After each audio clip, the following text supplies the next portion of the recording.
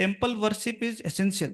And this is confirmed in the Vedic literature. Shvetashvara Upanishad 6.23.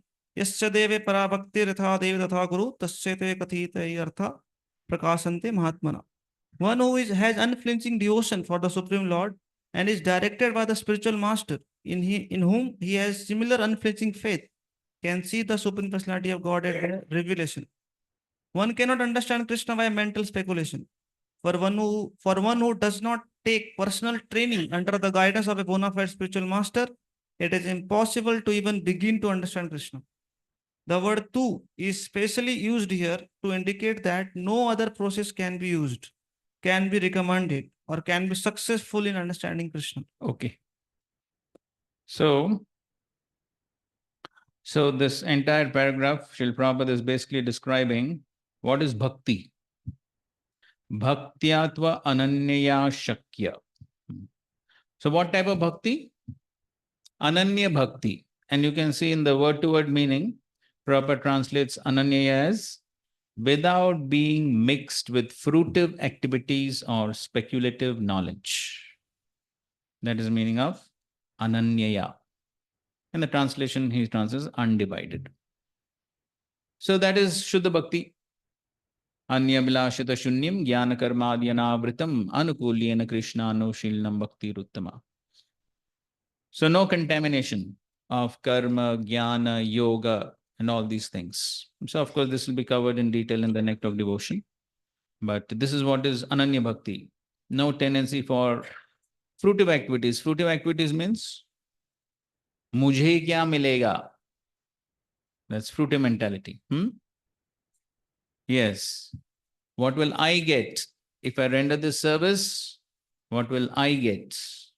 And so sometimes we tend to be calculative. What will I get if I render this service? How many people will recognize? How much appreciation will I get? We tend to calculate, right? So that's fruitive mentality. So, no. It should be unmixed with such fruitive mentality. Ultimately, every service is important and is pleasing to Krishna. If we do it with the right consciousness, doesn't matter which service. So sometimes we do find these things happening. So a good singer will think, I will sing on festival days.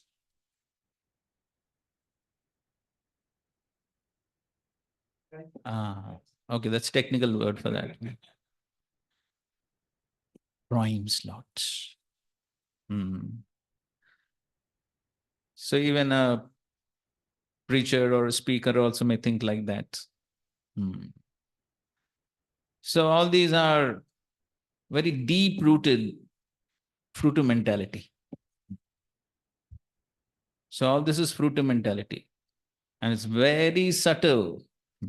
So one may think, what fruitive activities? We don't do any karma kanda. But all this is fruitive mentality.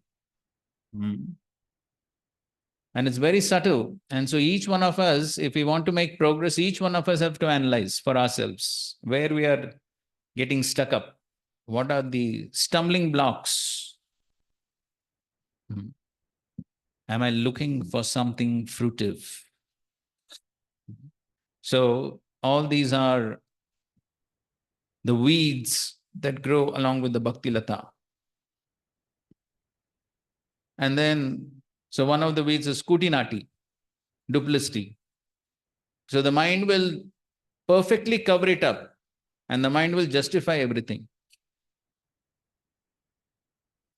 You know, if you give class in prime slot when so many people are there, so many people will be delivered. You should have compassion.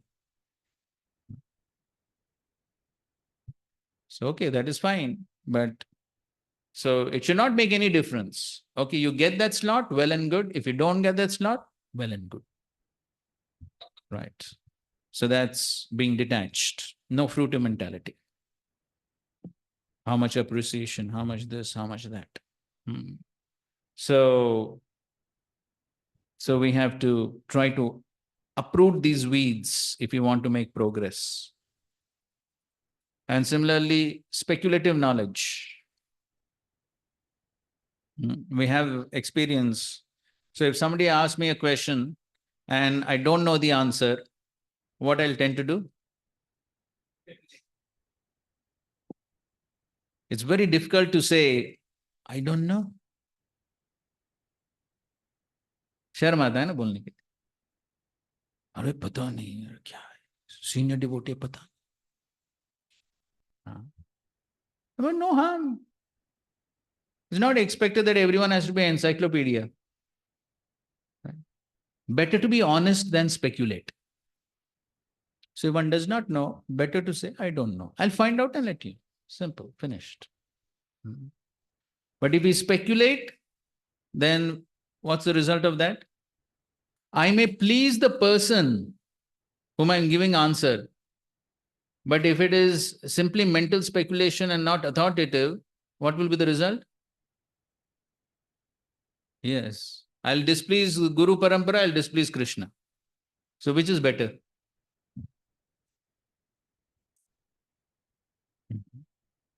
So therefore, simplicity very important. So somebody who's simple, he doesn't know, I don't know. Well,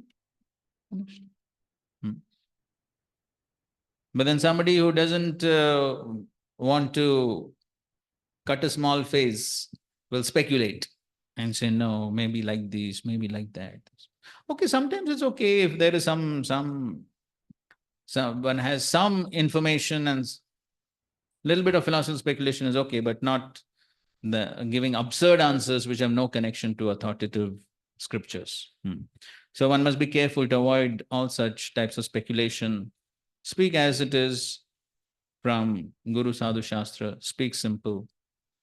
And so therefore, the best example for us is how Srila Prabhupada spoke. Very simple. So that's how we should speak. There's no need to make things too complicated, trying to impress people. And all these are problems. So, and we are seeing, and this is all history, but history repeats itself. So if we try to impress people and speculate and do all these things, then we may actually end up in big problems in the future. Because Krishna doesn't like it. Krishna doesn't like it. And then at certain point of time, one will end up in problem. So better is avoid all these things and understand what is the purpose of devotional service. Purpose is only one, and that is to please Guru and Krishna. Yesterday morning, Sundar Shampru was reading from that book, Sachidanand Maharaj. So there he was reading that, quoting Srila Prabhupada. Yes, Prabhupada did say that. Anybody remembers?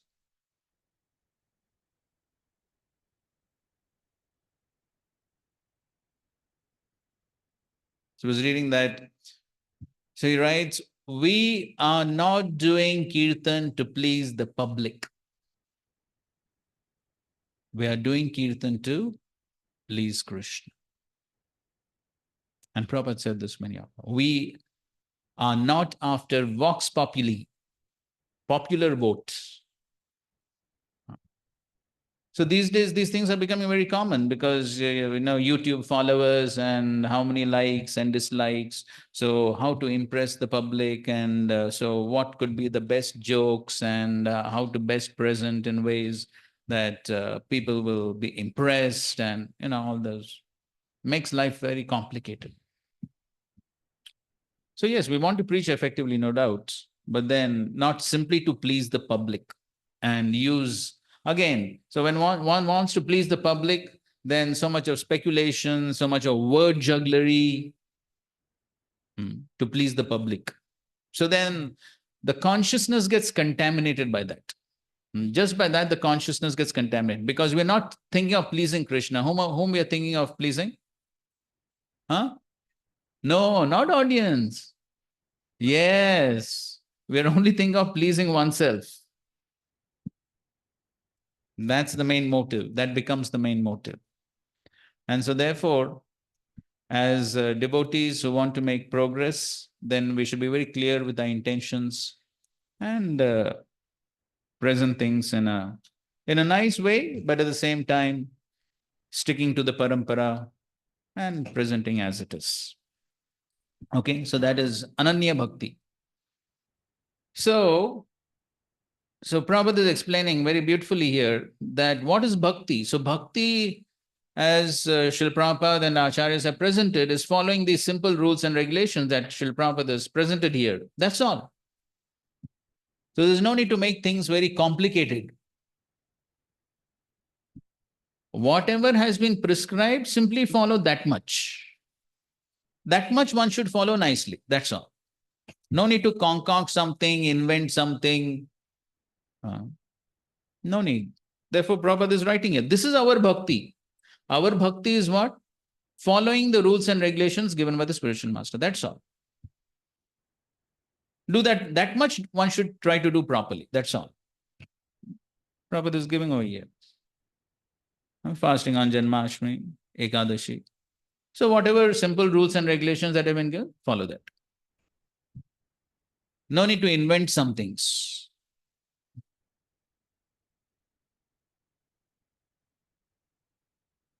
And the main goal should be to please Guru and Krishna. Yasya deve parabhakti yatha deve tada guru tasyete katita artha prakashante mahatman. So the important point is one should have faith. That if I simply follow these instructions given by Srila Prabhupada and the spiritual master, then I can make progress. No need of concocting. I have to go somewhere and do something.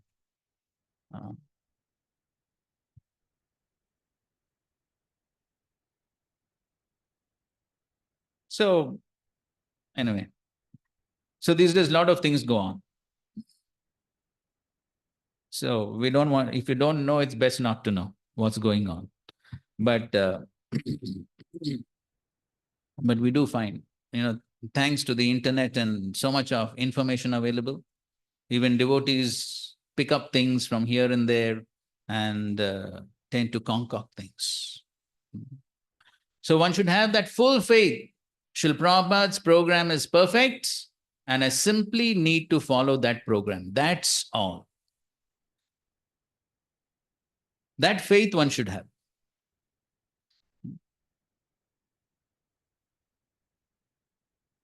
Not that I have to sit and meditate on some Leela of the Lord for some part of the day, things like that.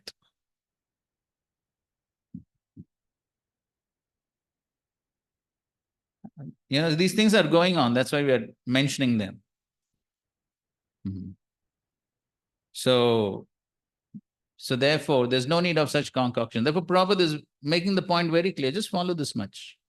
This is what Lord Chaitanya has given. Therefore, Prabhupada writes 1.1.2 purport. What he writes? Process is simple, but the application is difficult. And as Srila Prabhupada explains in his lectures, if something is too simple, one doubts the simple process. Oh, only this much, huh? Only this much? So Prabhupada says, only chant Hare Krishna, only Hare Krishna? No, you stand upside down.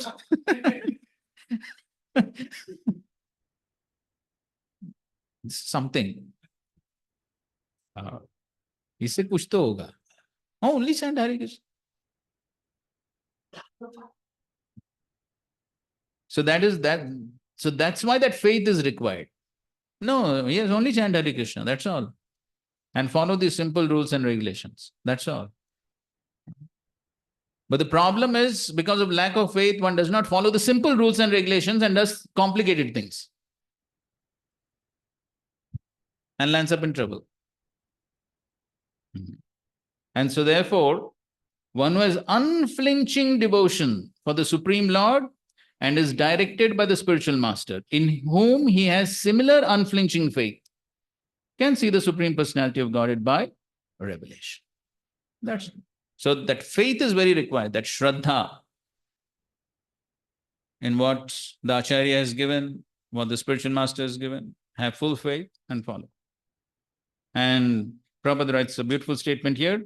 For one who does not take personal training under the guidance of a bona fide spiritual master, it is impossible to even begin to understand Krishna. So that training is required, therefore, that training for the bona fide spiritual master to simply follow. And that's why Srila Prabhupada emphasized it so much. So Srila Prabhupada did mention that the problem with you Westerners is you always want to change. Of course, it applies to everyone. Every time something new. Nothing new. Same thing is going on. Janma, Mrityu, Jara, Vyadhi. Nothing new. Therefore, solution also is same. Nothing new. Yes, Prabhu, you had something? One question, almost similar to that, but little out of context. Like you are telling, there's so many things are going on. Like so, in book distribution department, I also nowadays every month or every week, some devotee tells us a request that you can keep my book in your book stall and all. Some devotees are writing their own personal life autobiography, and somebody listen from Ramayana, listen from Mahabharata, listen from some devotee. So how to we should take decision on what basis that these are authentic or they have not any mental speculation, because these books are published not by BBT but by other publications. So just wanted to know, so that because if we keep on stall and you there, so people take that this is authentic book or something, then they purchase. So they should not get misguided by these books. So how to distinguish whether this is authentic or like speculative? Ask the temple authorities. They have to decide.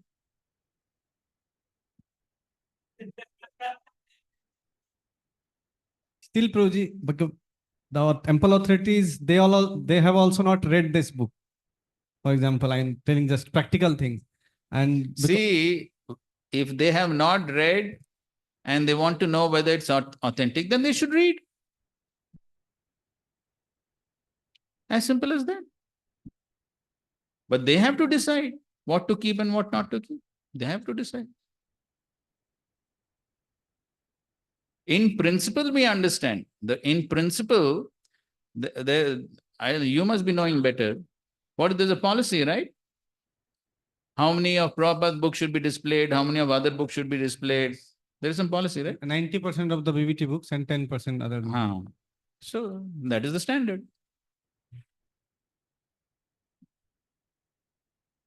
And that same standard applies even for our personal reading. The same standard applies. Right. That's the safe path. Okay. So further down, Prabhupada writes, the personal forms of Krishna, the two-handed form and the four-handed, are described as Sududarsham, very difficult to see. They're completely different from the temporary universal form shown to Arjuna. The four-handed form of Narayan and the two-handed form of Krishna are eternal and transcendental, whereas the universal form exhibited to Arjuna is temporary. Okay. And so that was shown to Arjuna at the request of Arjuna. Then Prabhupada points out to the previous verse. The word na, used repeatedly in the previous verse, indicates that one should not be very much proud of such credentials as an academic education in Vedic literature. One must take to the devotional service of Krishna. Only then can one attempt to write commentaries on Bhagavad Gita. Right. So So only devotees can write, otherwise others will speculate.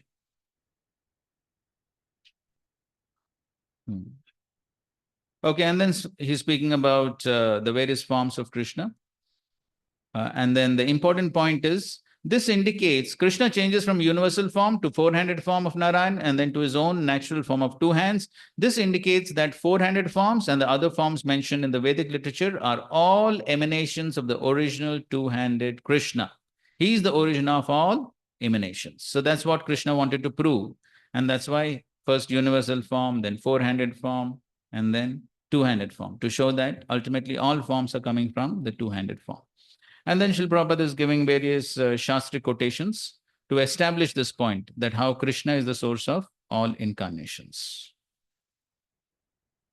And the last paragraph of the purport, the universal form is not attractive for pure devotees who are in love with the Lord in different transcendental relationships.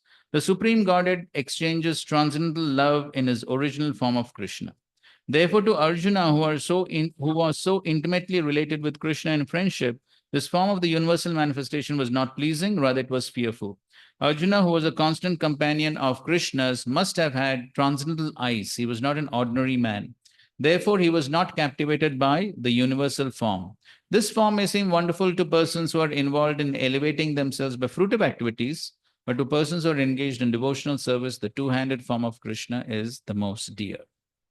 And then the last verse, so in this verse, Krishna said that one can understand only by Ananya Bhakti. How to practice that Ananya Bhakti, he describes in the last verse, the 55th verse.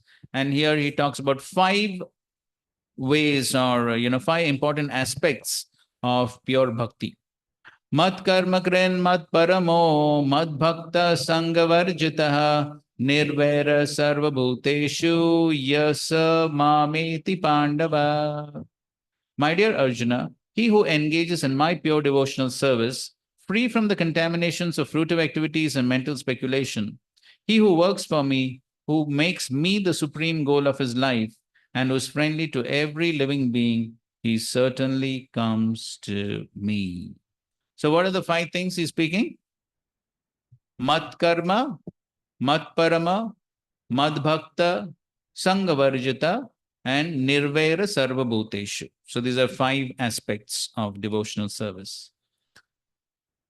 And you can see Srila Prabhupada always adds some purport right in his translation.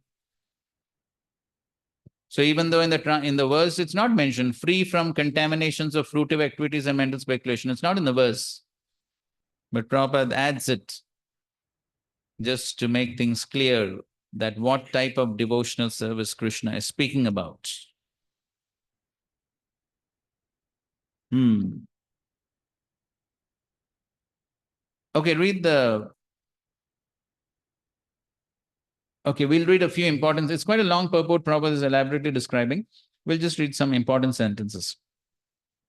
So, right in the beginning, Prabhupada says, anyone who wants to approach the supreme of all the personalities of Godhead on the Krishna Loka planet in the spiritual sky and be intimately connected with the Supreme Personality Krishna must take this formula as stated by the Supreme himself. Therefore, this verse is considered to be the essence of Bhagavad Gita. So, Prabhupada is considering this is a very important verse, the essence. The Bhagavad Gita is a book directed to the conditioned souls who are engaged in the material world with the purpose of lording it over nature and who do not know of the real spiritual life. The Bhagavad Gita is meant to show how one can understand his spiritual existence and his eternal relationship with the Supreme Spiritual Personality, and to teach one how to go back home, back to Godhead. Now, here is the verse which clearly explains the process by which one can attain success in a spiritual activity. That's devotional service. So then he is describing each one of them. The first one is Krishna Karma. So he's quoting Anasaktasya Vishayan, and then he says, no work should be done by any man except in relationship to Krishna. This is called Krishna Karma. That is the first one, Krishna Karma. So one may be engaged in various activities, but one should not be attached to the result of his work. The result should be done only for him. And then he's giving a very practical example. If a businessman is in possession of thousands and thousands of dollars, and if he has to offer all this to Krishna, he can do it. This is work for Krishna. And instead of constructing a big building for his sense gratification, he can construct a nice temple for Krishna. He install the deity of Krishna. So this is Krishna karma. Okay. So everything for the pleasure of Krishna.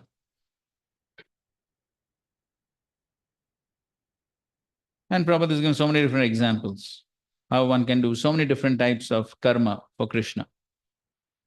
Now, next paragraph. The word mat parama refers to one who considers the association of Krishna in his supreme abode to be the highest perfection of life. Such a person does not wish to be elevated to higher planets such as moon or sun or heavenly planets, even the highest planet of this universe, Brahmaloka. He has no attraction for that. He is only attracted to being transferred to the spiritual sky, and even in the spiritual sky, he is not satisfied with merging into the glowing Brahmajyoti effulgence, for he wants to enter the highest spiritual planet, namely Krishna Loka or Golok Vrindavan. That is Mat Parama. So especially this is very true for the Gaudiya Vaishnavas. So for Gaudiya Vaishnavas, this is our ultimate goal, and that is to go to Golok Vrindavan, not even to any other Vaikuntha planet. Our goal is very specific, and that is what Sri Chaitanya Mahaprabhu has given us.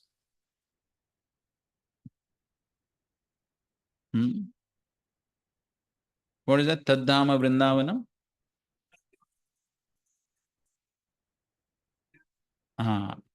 So this is our goal. Our goal is Golok Vrindavan. No other goal.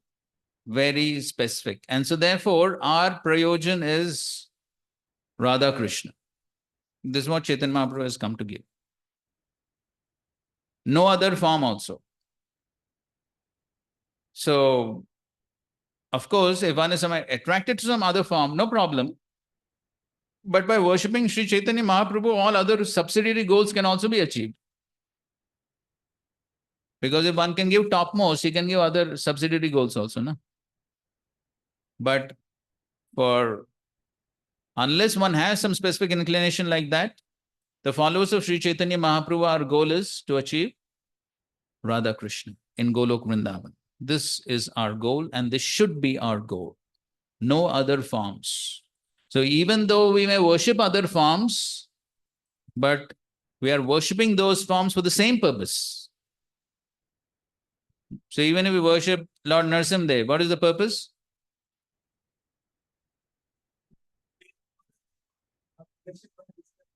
Yes, to remove obstacles to Radha Krishna worship. So even when Lord Chaitanya Mahaprabhu saw Lord Jagannath, whom did he see? Yes, he was seeing Shyam Sundar. So that should be our mood and that should be our goal. So very specific. Wanted to add one more point to that. Like Srila Bhaktivedanta Thakur says, which form of Lord Narasimha we worship? We worship that Lord Narasimha who tore the chest of Chandkazi. That Lord Chaitanya took that form. And Bhaktivedanta Thakur was also worshipping Kurma Shila. So then devotees asked, why you are worshipping Kurma? You are devotee of Krishna. He said, this is that form of Chaitanya Mahaprabhu when he was in Nihal. So like typical Gaudiya. Yes, this is Ananya. No other deviation. So Prabhuji, in our temple, especially when some devotees worshipping Balaji, so not I, many devotees. I know many are worshipping. So many are worshipping. So they told that you all are going to Vaikuntha, you will not.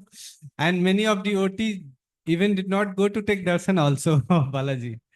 So they have to say, no, we are totally focused on Radha Krishna. So how to understand this? So that is what, na? So we have no problem with the other forms. It's not that we have to close our eyes seeing other forms. No. So we can worship other forms, but goal is one. So ultimately we are worshipping other forms also so that our bhakti to Radha Krishna increases. So after all, who's Balaji? It's Krishna only. So therefore, ultimately we are, even Balaji is Krishna. But of course, that form is not worshipped. That's not the form which has been given by our Gaudiya Acharyas. that has been given by the Sri Vaishnavacharyas.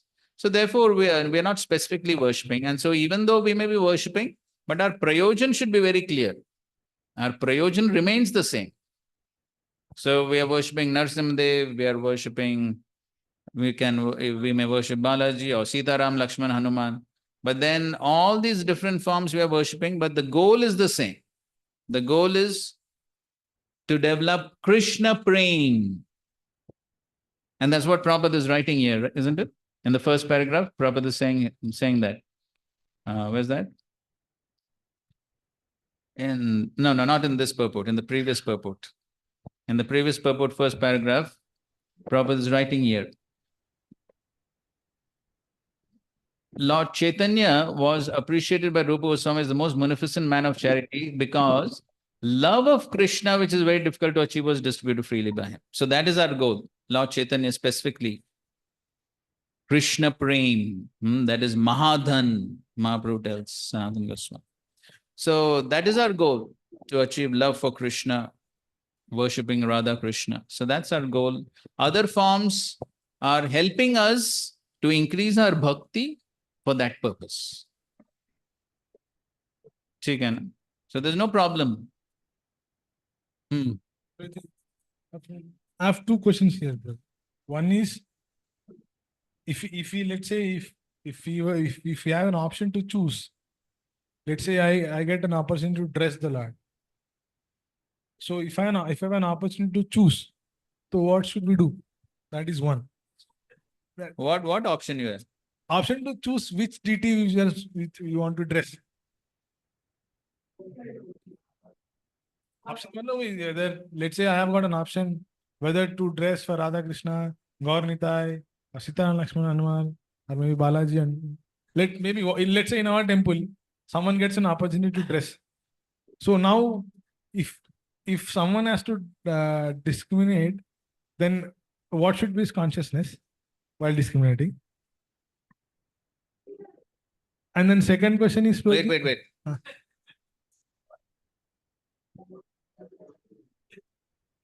You go and ask the devotee who's making schedule.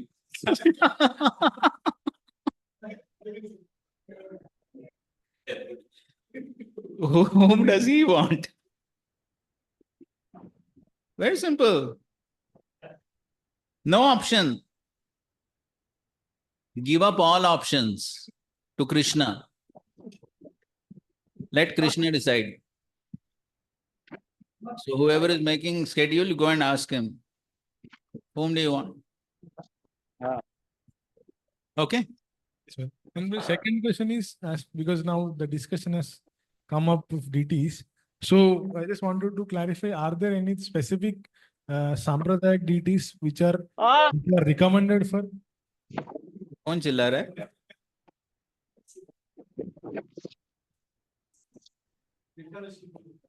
Which are recommended for Gaudiya Vaishnavas? If so, where it is mentioned, in what book it is mentioned? I didn't get your question. Actually. I'm asking, are there any specific worshipable forms of the Lord which are mentioned for Gaudiya Vaishnavas? Because like maybe in I don't know, I'm just guessing it. Maybe in some Pancharatta Vidhi is recommended for Gaudiya Vaishnavas. Maybe like something like Haribhakti Vilas or so. I'm telling about worshipable forms specific to Gaudiya Vaishnava Sampradaya. So therefore, the GBC has passed a very clear resolution in the recent years that in ISKCON, the authorized forms of the Lord that we worship are those three. It's a resolution passed. If any ISKCON temple wants to install any other deity, they must take permission of the entire GBC body. Only if the entire GBC body passes the resolution that, okay, this temple is allowed, then it's allowed. Otherwise, this has been the standard now. No. Huh? No. Shaligram Shila is okay. Not Govardhan Shila, Shaligram Shila. No. Only these three. Because this is Gaudiya Vaishnava. This is what Mahaprabhu worship, and this is what we are supposed to worship. Very clear. And so therefore, recently in Guntur, there was that person who had given the land. You know something? So that person had a certain demand. I think so for Narsimdev, I think. Narsimdev and Sitaram, some deities, there was a demand from that person who gave the land. So then that went through the whole GBC body. And so because they said, okay, this is special circumstance, so therefore they allowed it. So otherwise, now this has been made the standard.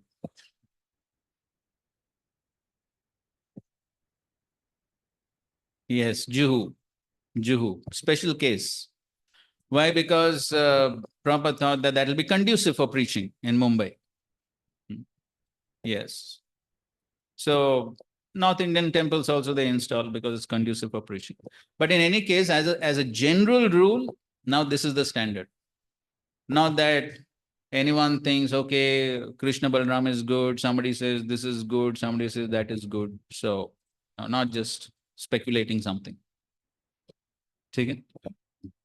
Okay, fine. So what is Mat Parama? What is Mat Parama? Yes, the highest goal. One's goal is to achieve only Golok Vrindavan. The word Mat Parama refers to one who considers the association of Krishna in a supreme abode to be the highest perfection of life. Next is Mad Bhakta. Mad Bhakta means, as indicated by the word Mad Bhakta, he fully engages in devotional service, specifically in 9 pros of devotional service. So everyone knows that, Shravanam Kirtanam. So then after he gives a whole list of those 9 Navida Bhakti, and then he says one can engage in all 9 devotional process, or 8, or 7, or at least in 1, and that will surely make one perfect. So out of the 9, which you'll choose?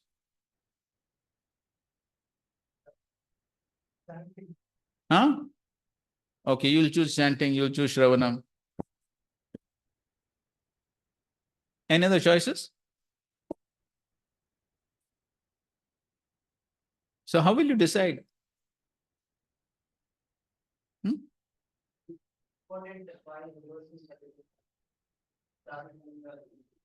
Okay, those 5 are there. But all those 5 are not in Navida Bhakti, na? All those 5 are not in Navida. Bhagavad Shravan, it is part of Shravanam. Oh, Nam Sankirtan, it's part of. that is okay. You are safe, don't worry.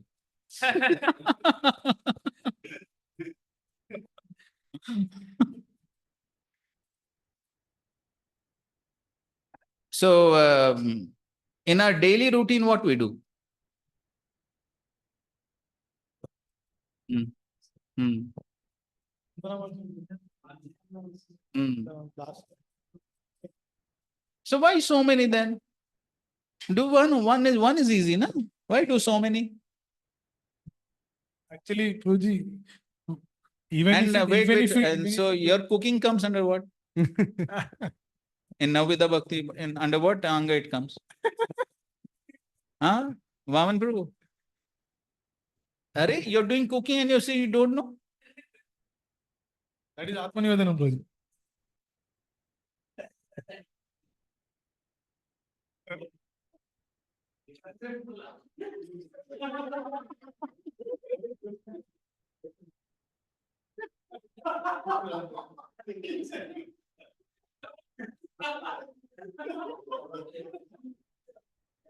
Both are dis.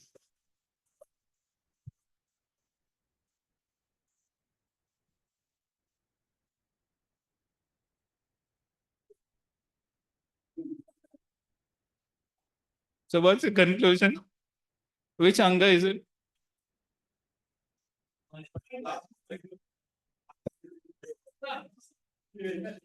अरे इतने साल से cooking कर रहे हो, पता होना चाहिए ना कौन सा ये है. और नवविदा भक्ति में आता है ना? हाँ, यस ना? तो कौन सा है? We are surrendering ourselves by cooking the Lord.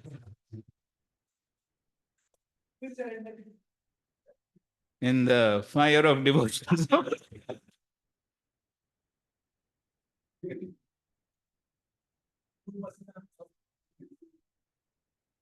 अरे बताओ भाई कौन सा है? अरे कमाल, जो सेवा करे वो पता ही नहीं कौन सा अंग है। थोड़ा गेस तो करो ना क्या है। दे दो माइक उनको। अरे अरे ये क्या उत्तर है, नहीं पता। आप भक्ति कर रहे हो ना, I भक्ति just, है ना, आपको किचन सेवा भक्ति है ना, तो फिर कौन सा अंग है? I just service to the Lord, means in the Dasya. हाँ, that is better, दास्यम।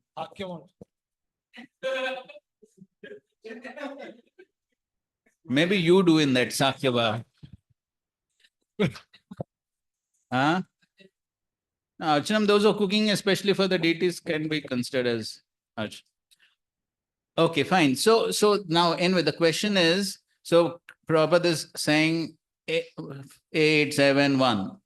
So why we are doing so many then? Why not just one? So actually, even if you do one, it includes all other, because it has got components of other angas also. No, that's okay. But see, Shravanam, you take Shravanam. So you can do only Shravanam, na? You sit in one place, morning to night, you read or hear Bhagavad Gita, Bhagavatam, that you do only Shravanam. You can do, na?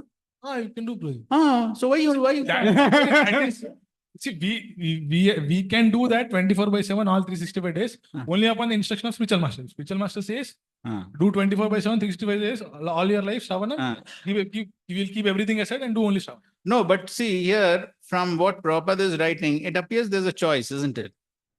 One can engage in all 9 devotional process, or 8, or 7, or at least 1. Prabhupada here is mentioning that although it is 9 processes, 9 process of devotion service, he says even one will give you highest perfection, whatever is So required. that is the question. The question is, so see, suppose you have the choice, you ask question like that only, I am also asking similar. So suppose you have the option to choose only one. I'll answer the way you answered, Prabhu. You can ask your super, I'll ask my super master.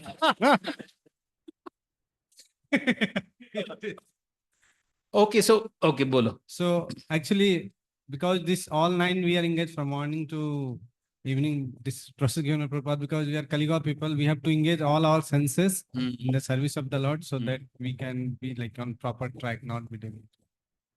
Right. So see, who attained perfection by Shravanam? How did he hear? Without drinking and eating, 7 days. So who can do that here? Nobody. So, and Shukdev Goswami, he did. And how did he do? And Prahlad Maharaj did Smaranam. In what situation? Here mosquito bites. Problem hota hai. He is being thrown from cliffs and elephants and whatnot. So, one is possible, but what is the intensity of that one? Then one can attain perfection. So therefore for us, we have problem sitting for 1 hour Bhagavatam class. That is our situation. Correct. So therefore for us, mix. Variety. Variety is mother of enjoyment. Have variety and be happy. Okay, fine. Next is Sangha Varjita. Sangha Varjita. One should disassociate himself from persons who are against Krishna. Not only are the atheistic persons against Krishna, but so also are those who are attracted to fruitive activities and mental speculation. So even they are to be avoided. Anyabhlashata shunyam. Okay. So further down, Prabhupada is writing, he must be freed from the association of persons who are addicted to fruitive activities and mental speculation. So all these Mayavadis and all these types of people who speculate, so one should avoid their association. When freed from such unwanted association and from the contamination of material desires, one favorably cultivates knowledge of Krishna, that is called pure devotion. So Anukulyasa Sankalpa, Pratikulyasa Varjanam. So one should think of Krishna and act for Krishna favorably, not unfavorably. He's giving an example of Kamsa. Okay, and the last point is Nirvaira Sarva Bhuteshu. A devotee of Krishna is friendly to everyone. Therefore, it is said here that he has no enemy. Nirvaira. How is this? A devotee situated in Krishna consciousness knows that only devotional service to Krishna can relieve a person from all the problems of life. He has personal experience of this, and therefore he wants to introduce the system Krishna consciousness into human society. And there are many examples in history, like Jesus Christ. So one is not inimical towards anyone, then he tries to spread Krishna consciousness to everyone. Okay, now read the last paragraph. In summary, the universal form of Krishna, which is a temporary manifestation, and the form of time which devours everything, and even the form of Vishnu, four-handed, have all been exhibited by Krishna. Thus, Krishna is the origin of all these manifestations. It is not that Krishna is a manifestation of the original Vishnu, Vishwarupa or Vishnu. Krishna is the origin of all forms. There are hundreds and thousands of Vishnus, but for a devotee, no form of Krishna is important but the origin form, two-handed Shyamsundara. In the Brahma Samhita, it is stated that those who are attached to the Shyamsundar form of Krishna in love and devotion can see him always within the heart and cannot see anything else. One should understand, therefore, that the purport of this 11th chapter is that the form of Krishna is essential and supreme. Okay, so that's the essence of the chapter. Shyam Sundar form of Krishna is supreme. Thus, in the Bhaktivedanta purports to the 11th chapter of Srimad Bhagavad Gita and the matter of universal form. Chapter 12, Devotional Service. Bhakti Yoga. Devotional Service. So it's a small chapter, though some important, very important points are mentioned. So 1 to 7, Bhakti is superior to impersonalism. 8 to 12, progressive stages of devotion. 13 to 20, qualities that endear one to Krishna. First verse. Arjuna uvacha evam satata yukta ye bhaktastvam paryupasate ye chapyaksharam avyaktam tesham ke yoga vittamaha. Arjuna inquired, which are considered to be more perfect? Those who are always properly engaged in your devotional service, or those who worship the impersonal Brahmadan manifested? So very clear question Arjuna is asking. So which is better, to worship impersonal Brahman or the personal form of Krishna? So initial part of the purport Prabhupada is mentioning how there are two classes of transcendentalists, the impersonalists and the personalists. Now, so why Arjuna is asking this question at this point of time?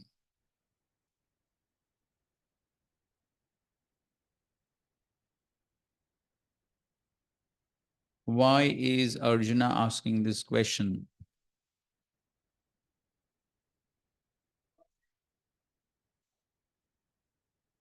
Who will come?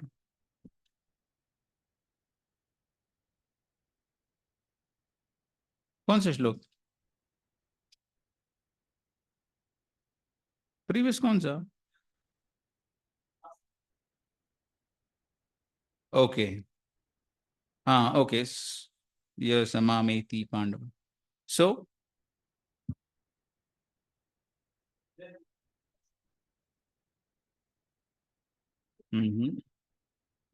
okay. I mean that's quite close. Specifically, why Arjuna is asking this question?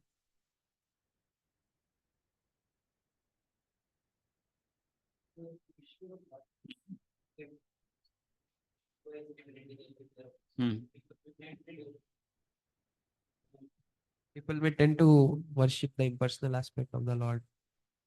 Okay, that's also quite possible. Prabhupada is giving the answer. Read the last paragraph. And so factually, there are two classes of transcendentalists. Now, Arjuna is trying to settle the question of which process is easier and which of the classes is most perfect. In other words, he's clarifying his own position because he's attached to the personal form of Krishna. He's not attached to the impersonal Brahman. He wants to know whether his position is secure.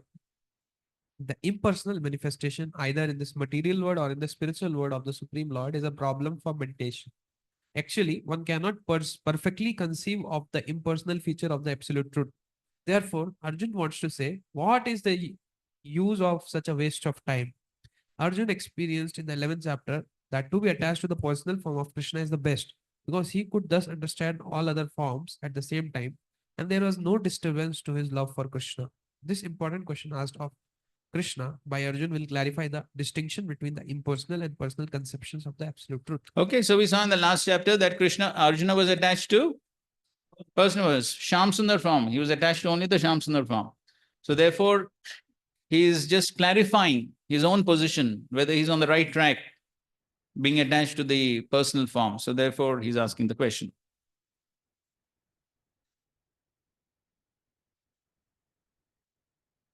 Yes, that may be true, but since now specifically in the last chapter, after seeing all these different forms, then Arjuna was specifically attached to the person. He saw the Vishwarup. He was not attached, right? As soon as he saw the Vishwarup, there was fear and all that. And then Arjuna, what he says? Enough of this Vishwarup. This is terrifying. Please show your four-handed form and then two-handed form. So Arjuna specifically has that attachment. And so therefore, at this specific point of time, he's clarifying whether that attachment is correct. Okay, let's read this commentary. In the 12th chapter, the superiority of all types of devotee to the Gyanis is described.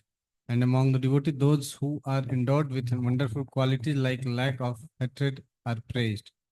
Arjun heard the great superiority of bhakti at the beginning of the topic of bhakti in the following verse. Yogi namapi sarve samadgante antaratmana saddhavan bhajate yo mam same yukto atmanmataha. But I consider he who worship me with faith, with mind attached to me, to be greater than all types of yogi. Bhagavad Gita 6.47. Arjuna desiring to hear about the superiority of bhakti, even if it is in summary, ask a question. Continue. The devotee described as being constantly engaged worship you as Sam Sundar mentioned at the end of the last chapter with mat karma krin mat paramaha. Bhagavad Gita 11.55. Others worship the Brahman, Aksara, with no qualities. Avyakta means nirvishesha.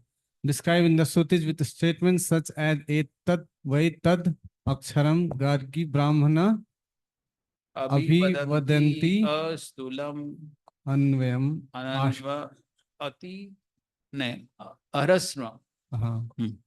O Gargi, that Akshara which is not wide, not small, and not short is called Brahman. Brihad Aranyaka Upanishad 3.8.9. Among these two types of persons who know yoga, who are the best knowers of yoga, yoga vitamma, who know the best process of attaining you, or do they not know the process for attaining you? In a comparison involving two items, usually the form yoga vittara, which of the two types know yoga better, would be used. The word yoga vittama should be understood to suggest that among the better of the two types of knowers of yoga, yoga vittara, who are the best knowers of yoga, yoga vittama. So that is where the word yoga vittama is used. Because both are knowers of yoga. The impersonalists and personalists both are knowers of yoga. So therefore, it's a comparison between two knowers of yoga. So it's a comparison between two yoga vittaras. So therefore, he's asking among these two types of yoga vittara, who is yoga vittama? And Krishna gives a very clear answer. Shri Bhagavan Uvacha Maya Vesha Mano Ye Mam Nitya Yukta Upasate Shraddhaya Parayopetas Te Me Yuktatama Mataha. The Supreme Personality of Godhead said, those who fix their minds on my personal form and are always engaged in worshipping me with great and transcendental faith are considered by me to be most perfect. So Krishna has given a very clear answer. Mai avesha mano ye ma. Mai. Krishna is speaking and he's saying Mai unto me. So what is the need for interpretation? That's what Prabhupada would say. What's the need for interpretation? Krishna is speaking and saying, Mai. So those who are attached to me, their minds are attached to me. So they are perfect. Srila Prabhupada describes, in answer to Arjuna's question, Krishna clearly says that he who concentrates upon his personal form and who worships him with faith and devotion is to be considered most perfect in yoga. And then he's describing what does it mean to worship the personal form. A pure devotee is constantly engaged. Sometimes he chants, sometimes he hears or reads books about Krishna, sometimes he cooks prasadam or goes to the marketplace to purchase something for Krishna, or sometimes he washes the temple or the dishes. Okay, so not one, all 9. Whatever he does not let a single moment pass without devoting his activities to Krishna. Such action is in full samadhi. So one is constantly engaged in Lord's service. So this is what is superior. So Krishna is very clearly saying among these 2 types of worship, the worship of the personal form is superior, but still impersonal is misinterpreted. Amazing. Now in 3rd and 4th verses, Krishna first of all describes the worship of the impersonal aspect. So in the 3rd verse, he describes the qualities of the impersonal Brahman. And in the 4th verse, he describes the process of attaining the impersonal Brahman. Ye tvaksharam anirdeshyam avyaktam paryupasate sarvatragam achintyam cha kutastam achalam dhruvam sanniyamyendriya gramam sarvatra samabuddhayah te prapnuvanti mam eva sarvabhuta hite rataha. But those who fully worship the unmanifested, that which lies beyond the perception of the senses, the all-pervading, inconceivable, unchanging, fixed, and immobile. So all these are the qualities of the impersonal Brahman, the impersonal conception of the absolute truth. And what is the process to achieve? By controlling the various senses and being equally disposed to everyone, such persons engaged in the welfare of all at last achieve me. Okay?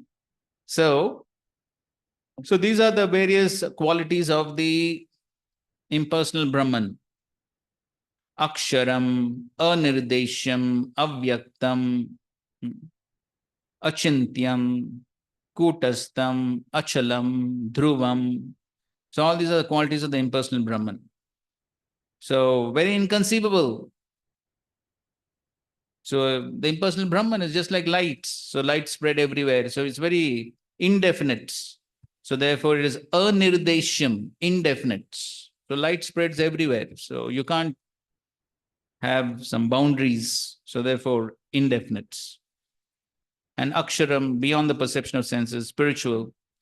And in order to achieve this impersonal Brahman, the process is sanniyamya indriya gramam samabuddhaya prapnuvanti mam eva sarva bhuta hiterata. So even the jnanis, the impersonalists, the jnanis, finally they achieve the Supreme Lords. What does Krishna say, 7th chapter? Yes, Bhaunam Janmanamante Jnanavan Mam Prapadyate Vasudeva Sarvamiti Samad. So yes, they will achieve, but it will take Bhaunam Janma. It will take a very, very long time.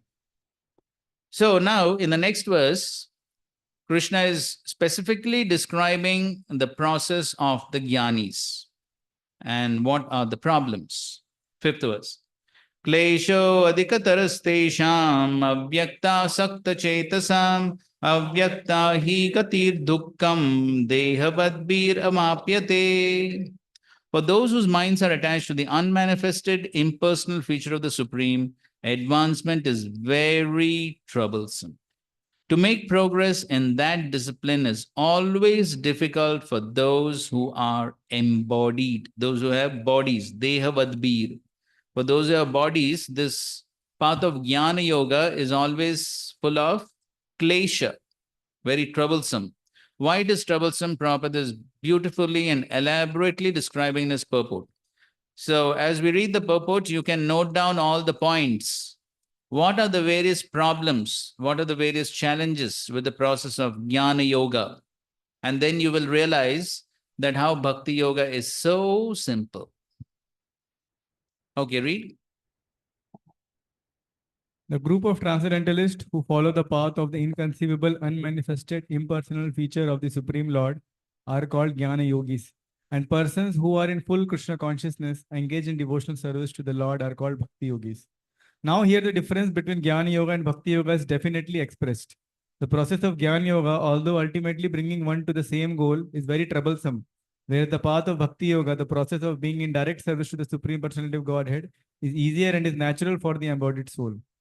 The individual soul is embodied since time immemorial. It is very difficult for him to simply theoretically understand that he is not the body. Therefore, the Bhakti Yogi accepts the deity of Krishna as worshipable because there is some bodily conception fixed in the mind, which can thus be applied. Of course, worship of the Supreme Personality of Godhead in his form within the temple is not idol worship. There is evidence in the Vedic literature that worship may be saguna or nirguna, of the supreme possessing or not possessing attributes. Worship of the deity in the temple is saguna worship, for the Lord is represented by material qualities. But the form of Lord, though represented by material qualities such as stone, wood, or oil paint, is not actually material. That is the absolute nature of the Supreme Lord. A crude example may be given here. We may find some mail boxes on the street, and if we post our letters in those boxes, they will naturally go to the destination without difficulty. But any old box or an imitation which we may find somewhere but which is not authorized by the post office will not do the work. Similarly, God has an authorized representation in the deity form, which is called Archa Vigraha. This Archa Vigraha is an incarnation of the Supreme Lord. God will accept service through that form. The Lord is omnipotent, all powerful. Therefore, by his incarnation as Archa Vigraha, he can accept the services of the devotee just to make it convenient for the man in conditioned life. So for a devotee, there is no difficulty in approaching the Supreme immediately and directly. But for those who are following the impersonal way to spiritual realization, the path is difficult. They have to understand the unmanifested representation of the Supreme through such Vedic literatures as the Upanishads. And they have to learn the language, understand the non-perceptual feelings, and realize all this process. This is not very easy for a common man. A person in Krishna consciousness engaged in devotional service simply by the guidance of a bona fide spiritual master, simply by offering regulative obeisances unto the deity, simply by hearing the glories of the Lord, and simply by eating the remnants of foodstuffs offered to the Lord, realizes the Supreme Personality of Godhead very easily. There is no doubt that the impersonalists are unnecessarily taking a troublesome path with the risk of not realizing the absolute truth at the ultimate end. But the personalist, without any risk, trouble, or difficulty, approaches the Supreme Personality directly. A similar passage appears in Srimad Bhagavatam. It is stated that if one ultimately has to surrender unto the Supreme Personality of Godhead, this surrendering process is called bhakti. But instead takes the trouble to understand what is Brahman and what is not Brahman, and spends his whole life in that way. The result is simply troublesome. Therefore, it is advised here that one should not take up this troublesome path of self-realization because there is uncertainty in the ultimate result. A living entity is eternally an individual soul, and if he wants to merge into the spiritual whole, he may accomplish the realization of the eternal and knowledgeable aspects of his original nature. But the blissful portion is not realized. By the grace of some devotee, such a transcendentalist, highly learned in the process of Jnana Yoga, may come to the point of Bhakti Yoga or devotional service. At that time, long practice in impersonalism also becomes a source of trouble because he cannot give up the idea. Therefore, an embodied soul is always in difficulty with the unmanifest, both at the time of practice and at the time of realization. Every living soul is partially independent, and one should know for certain that this unmanifested realization is against the nature of his spiritual blissful self. One should not take up this process. For every individual living entity, the process of Krishna consciousness, which entails full engagement in devotional service, is the best way. If one wants to ignore this devotional service, there is a danger of turning to atheism.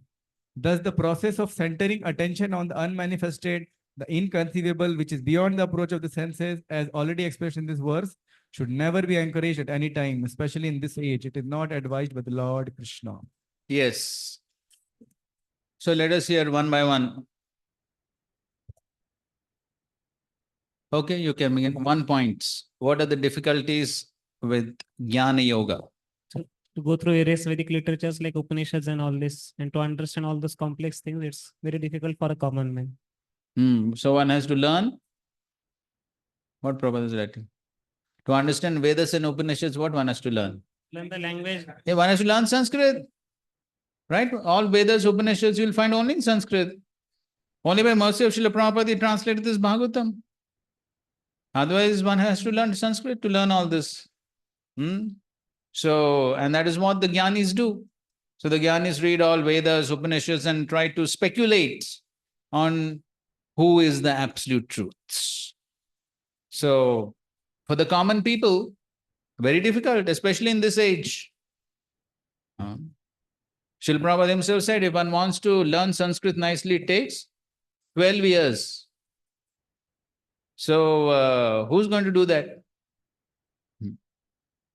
So, even though now everything is available in English and so many other languages, people are like, kaun padhta hai ye sab? So, and just imagine you tell somebody, you do book distribution, only Sanskrit. How many will take? कोई नहीं लेगा भाई. So that is one difficulty. Okay, next. Bol. One cannot understand theoretically that he is not the body because he is embodied since time immemorial. So deity worship is recommended. Okay, so your point is correct, but exactly what is Prabhupada trying to say over there? Why that deity worship is required? Bhakti yoga is natural to. Wait. So why that deity worship is required? What is the exact point?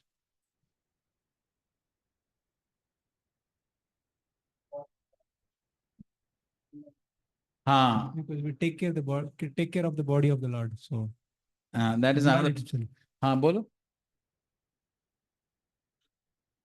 Because we are in bodily conception of life, so we naturally wants to dress somebody and do something for, and we also want to dress ourselves also many times. So this propensity will be utilized in the deity service, dressing the deity. Right. So see what Prabhupada is writing. Whereas the path of Bhakti Yoga, the first paragraph, the process of being in direct service to the Supreme Personality of God is easier and is natural for the embodied soul. The individual soul is embodied since time immemorial. It is very difficult for him to simply theoretically understand that he is not the body. So the point is, we are used to seeing forms. Anything you see around, you see some form, na? Everything has a form. Anybody is able to see ghost? I don't know. Some people have some special ability, no? So, in most cases, what everyone is used to seeing forms. Everything has form. So we're used to seeing forms. We also have a form and we see also forms. So therefore, if one is told to meditate on something which does not have a form,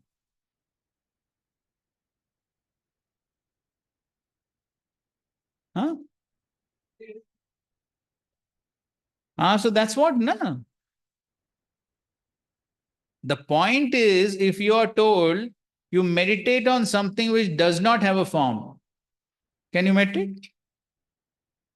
What will you meditate on? What to meditate on? If you don't meditate on something which does not have form, what to meditate? So therefore, they imagine a form. Therefore, they imagine a form. Because some form is required for meditation. And so therefore, the Mayavadis have Panchopasana. So that's a concoction. So they worship whom? Surya, Ganesh, Durga, Shiva, and Vishnu. But their understanding is everything is same. They don't have the proper understanding. Vishnu is superior, all that. For them, they accept everyone as same. Some form they want. Some form they want for meditation and for their progress. So that's all. Or some who are a little more wise, then they meditate on light. So otherwise it's very difficult for them to meditate. But for us it's very easy, right? So we have the DT form, we see the DT form, and as Prabhupada says, so the more we have darshan of the DT form, then we can easily meditate on the DT form. So Prabhupada says in his lectures, so if you all the time have darshan, if you have frequently have darshan of DTs, then as soon as you close your eyes, you can meditate on the DT form. So that is easy, because that's what we are conditioned to. We are conditioned to seeing forms. Okay, fine. That is the second difficulty. What else? Online Guruji. Online, bolo. So, Guruji, like Prabhupada quoted from Srimad Bhagavatam that ultimate thing is to surrender unto Supreme Personality of Godhead. But one takes the trouble to understand what is Brahman, what is not Brahman, and spends the whole life in that way. So what's the problem there? So it is like the direct process is given. Instead, we are concocting and we are trying to find out on our efforts to understand what is the supreme truth or the absolute truth. Yes. So this is called as neti process. This is speculation, basically mental speculation. Ishopanishad is over, na? Huh? Oh, today's exam, huh? So in one of the purports, Prabhupada explains, you remember that? About neti process? Not this, not this. And Prabhupada writes in that purport, so by this neti process of negation, Prabhupada writes in that purport, process of negation. So he says, by this process of negation, one can at most reach to, yes, impersonal conception. So neti process means it's basically speculation, process of negation. And so example is given that just like if one asks, what is this? So I can say, this is not chair. This is not a cupboard. This is not a car. This is not a refrigerator. So this is called neti process. So one can go on for the rest of one's life saying what it is not. But what it is, that we cannot say. Because it's inconceivable. Therefore, at most they can come to impersonal conception. Because what it is, absolute truth is not this, not this, not this. What it is inconceivable. So, okay, fine. So what is inconceivable? Impersonal Brahman is inconceivable. So that is why they can at most come to impersonal conception. So that's what Prabhupada is describing here. So this is so very difficult. And the entire life they spend in this way, speculating what is not Brahman and what is Brahman. And so they get all funny ideas and it's all speculation. Okay. What are the difficulties? Achut Prabhu, yes. With just addition to Vishwakaram Prabhu's point, Prabhupada is mentioning here there is uncertainty in the ultimate result. Why? Because here Prabhupada is mentioning the instant takes the trouble to understand what is Brahman and what is not Brahman and spend so much time. So that's how. Yes, and at the end, they cannot understand what is the absolute truth. So they don't come to the correct understanding of the absolute truth. In spite of all the speculation, they cannot come to the ultimate conclusion of what is the absolute truth. And so therefore, so we all know that famous pastime, no? Vrindavan pastime, Vedantis who came to meet Srila Prabhupada. So when Srila Prabhupada asked them, who is the supreme absolute truth? Oh, we cannot describe. Supreme absolute, indescribable, inconceivable. So that's all what they can say. They can't describe. So they do not reach the ultimate goal in spite of all their efforts. Okay, what else? Online, somebody wants to say? Some other difficulties? Yes, Prajit. So it's also mentioned that they can at most get the accomplishment of realization of the eternity and the knowledge aspect, and they cannot understand the blissful aspect of their self and Lord also. Yes.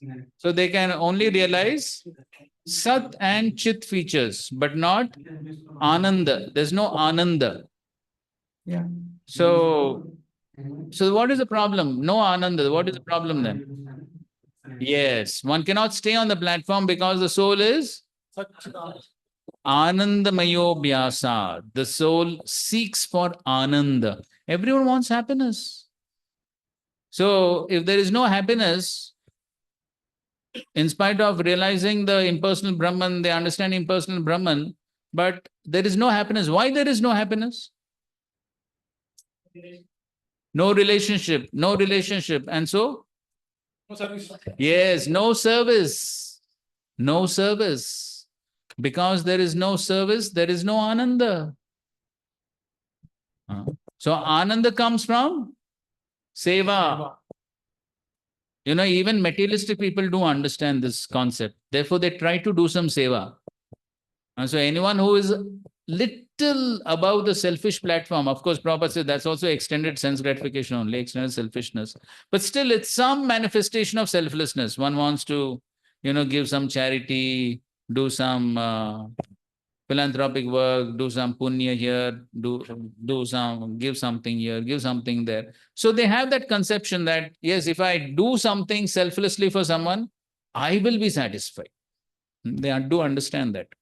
But then the highest level of that Ananda is when one does selfless service for Lord. For Bhagavan. And that is not there for these people. Therefore, there is no Ananda. And because there is no Ananda, then what is the risk factor there? Okay, go ahead. Tell. Okay, tell your point. You're eagerly waiting, na? Are you, your mic is here only. Bolo? At the end, Prabhupada is telling that there is a danger for them to become atheists. Why? Of course, the point is connected. That's what we were discussing. He said because it is, Prabhupada writes that because it's the process of centering attention on the unmanifested, the inconceivable, which is beyond sense perception, is always a difficult thing which someone will not be able to do. And because of that, he again comes to the point that like there is no God, nothing called God. Okay, this is a very important point. Why the impersonalists can come back to atheism. So a little more detail. Somebody wants to explain? Huh? With what? Whatever process one is doing as an impersonalist, because the reciprocation is not there of what they consider to be supreme. That's why they may again fall back to, in that search of Ananda and reciprocation, they may again fall back to materialistic. Okay, okay, fine. That could be one factor. What else? Ujjwal?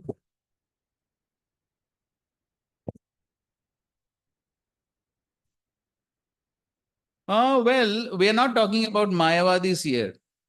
Here we are talking about impersonalists, Jnanis, Brahmavadis. They don't blaspheme.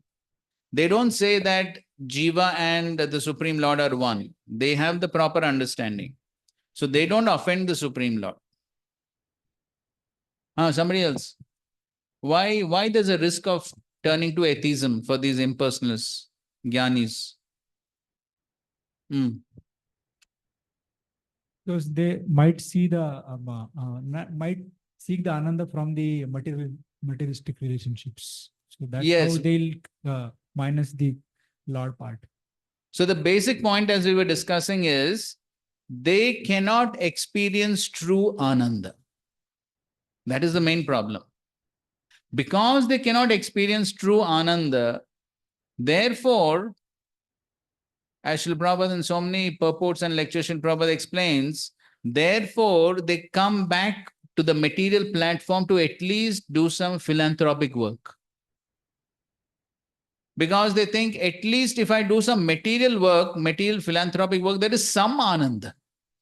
But in their process of trying to meditate on the impersonal Brahman and all that, there is no Ananda only. Srila Prabhupada gives example. He was going on a morning walk. And so on both the sides there were fields.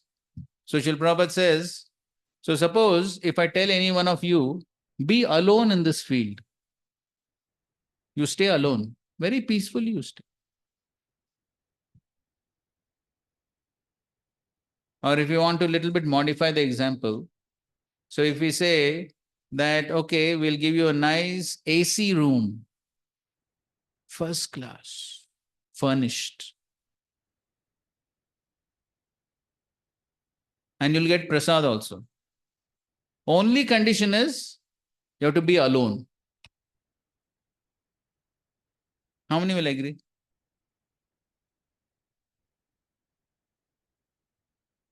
You can be very peaceful, na?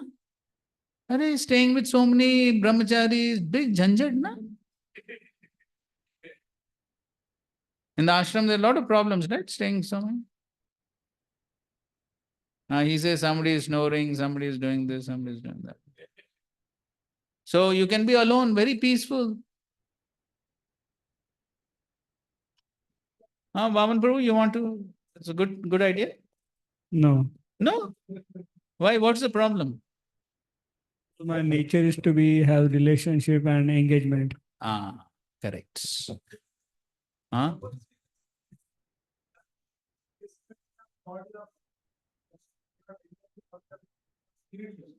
Yes, that's correct. But the main thing is the ananda comes from relationships, from service. Without that, there is no ananda. And that is what these jnanis, brahmavadis don't have. And therefore, they come down to the material platform. They want to engage in some activity. Because the nature of the soul is to be active. The nature of the soul is to be always active. Therefore, for some time, maybe, when one gets frustrated, one may think, okay, I want to be alone. Okay, maybe 1 day, 2 days. So you see what happened during COVID time? What happened? He says domestic violence. Why? Idle brain is devil's workshop. That's what happens. Some suicide also.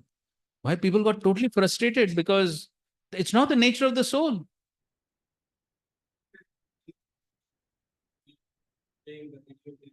So many things, because that's the nature of the soul, to always be active, do something. So therefore, that's the nature of the soul. And that's what these jnanis, they don't have. They get frustrated and therefore they want to perform some act. They come down to the material platform because they don't have any other option. So therefore, the important lesson is, if we get service, we should be,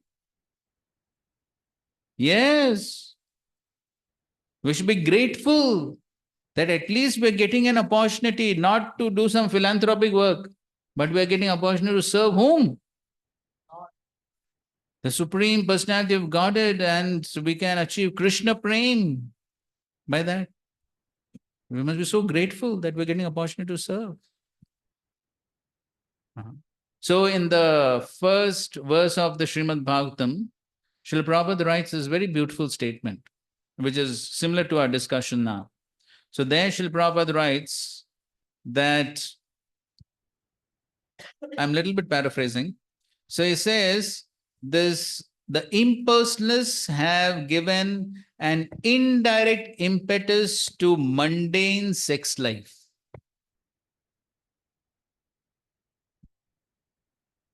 They've given an indirect impetus to mundane sex life. Okay, somebody read the statement as it is. First verse of the Bhagavatam. First verse of the Bhagavatam, second last paragraph of the purport. Consequently, the impersonalist philosophers have given indirect impetus to the abominable mundane sex life because they have overstressed the impersonality of the ultimate truth. Consequently, man without information of actual spiritual form of sex has accepted perverted material sex life as the all in all. Yes. There is a distinction between sex life in the disease. So the Prabhupada is writing that the impersonalists have given indirect impetus to the mundane sex life because they have overstressed the impersonal aspect of the absolute truths. Again, the reason is the same. So because of the impersonal aspect, and no ananda in that impersonal aspect. So then they have to get some anand somewhere. So then they come down to mundane sex life. And of course, impersonal aspect, the absolute truth is impersonal. That means there also there's no ananda. Correct? If the absolute truth is impersonal, that means the supreme absolute truth also does not have any relationships. That means even if one goes to the spiritual world, there is no ananda. Then where I will get ananda? If Lord only has no ananda, then where I will get ananda? So therefore, at least let me try to get ananda in mundane sex life. So that is what happens. Huh.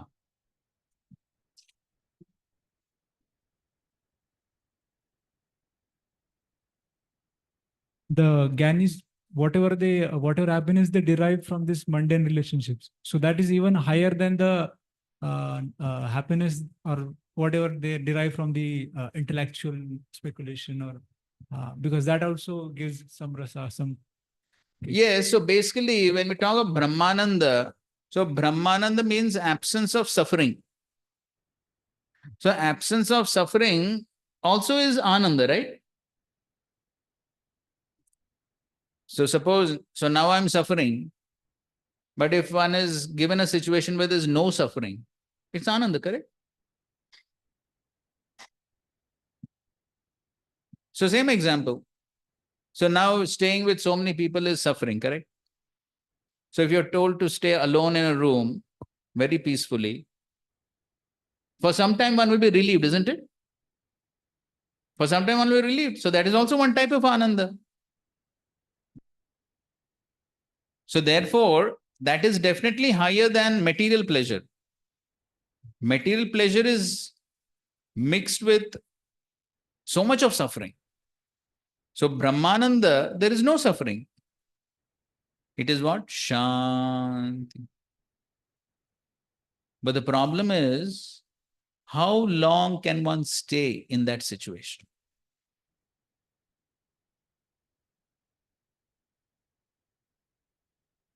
So even though apparently there is some happiness, but that happiness is not long lasting.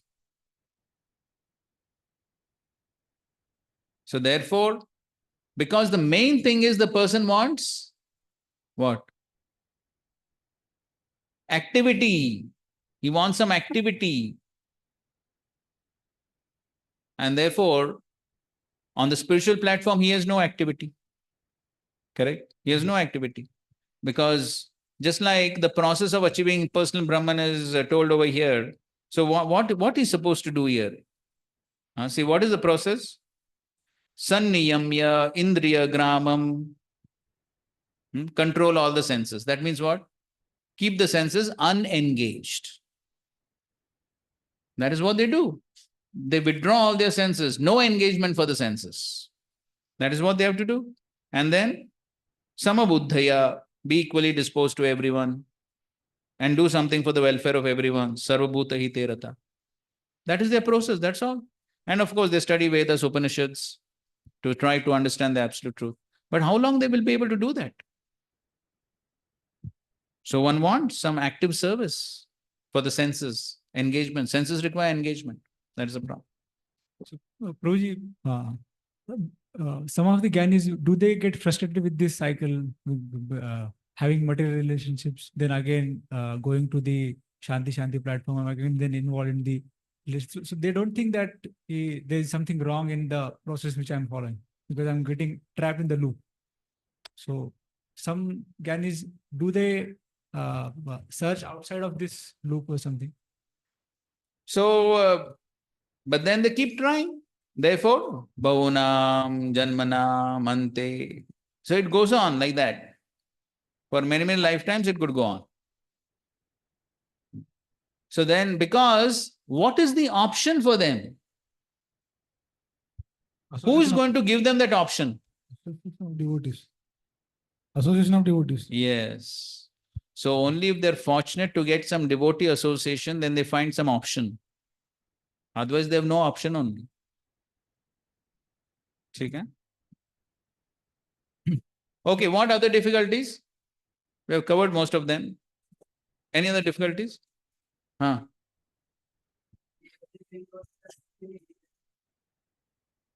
The realizing this unmanifested is a little difficult because the nature of this soul, blissful spiritual soul is self is difficult to realizing the unmanifested. Yes, so you cannot realize unmanifested, inconceivable. So therefore, another point Prabhupada is writing, at that time, so before that, by the grace of some devotee, such a transcendentalist highly learned in the process of jnana yoga may come to the point of bhakti yoga or devotional service. At that time, long practice in impersonalism also becomes a source of trouble because he cannot give up the idea. Because then he becomes attached to that. He becomes so attached to that, even if by the grace of some devotee, he is told about the personal form of the Lord, he cannot give up his own idea. That is what happens. So therefore, an embodied soul is always in difficulty with the unmanifest, both at the time of practice and at the time of realization. So therefore, Prabhupada ends the purport by saying, it is not advised by Lord Krishna. Should never be encouraged at any time, especially in this age, because it's not possible. It is not advised by Lord Krishna. Now, to compare this and the process of devotional service, you can see in the second paragraph of the purport, Prabhupada writes what? A person in Krishna consciousness engaged in devotional service simply by the guidance of the bona fide spiritual master, simply by offering regulative obeisance unto the deity, simply by hearing the glories of the Lord, and simply by eating the remnants of food offered to the Lord, realizes the Supreme Personality of Godhead very easily. You see how many times Prabhupada has used the word simply? Again and again, simply, simply, simply. Why? Because in comparison to this process, the process of bhakti is very simple. All what one has to do is follow the spiritual master. That is, of course, the biggest difficulty. But if one agrees to follow, it is very simple. Only thing one has to agree to follow. Then it's very simple. Simply one has to follow. Simply one has to offer obeisances, hear the glories of the Lord, eat the remnants of foodstuff. Same, simple thing. That's all what one has to do.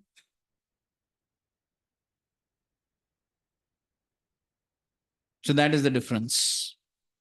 Okay. So therefore, one should not. So therefore, what is the prayojan of studying all this? Somebody may say, anyway, we are not going to practice Jnana Yoga.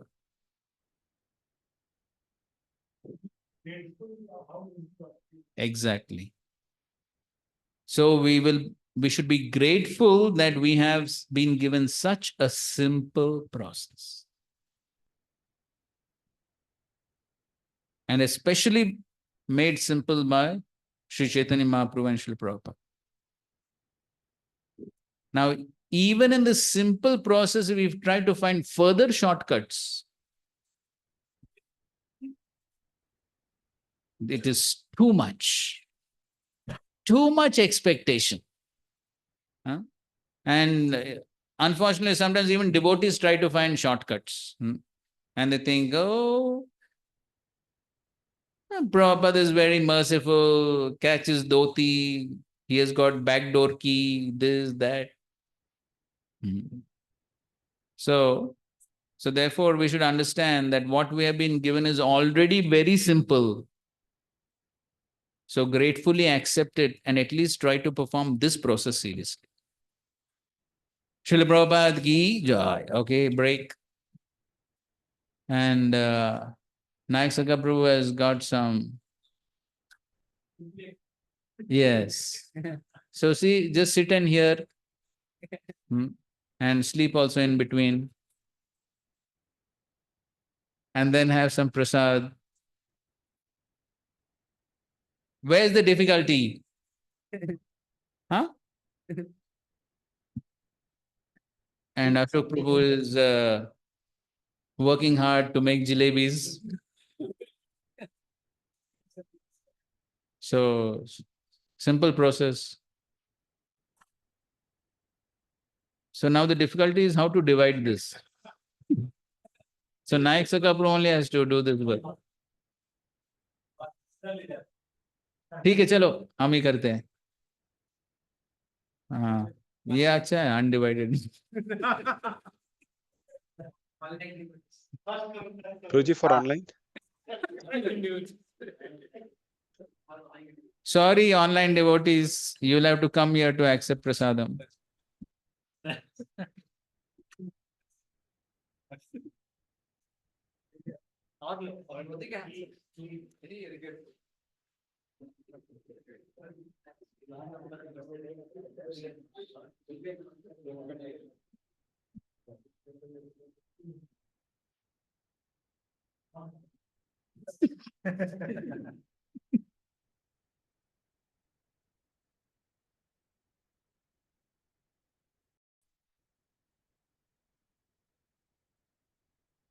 क्या हो रहा है?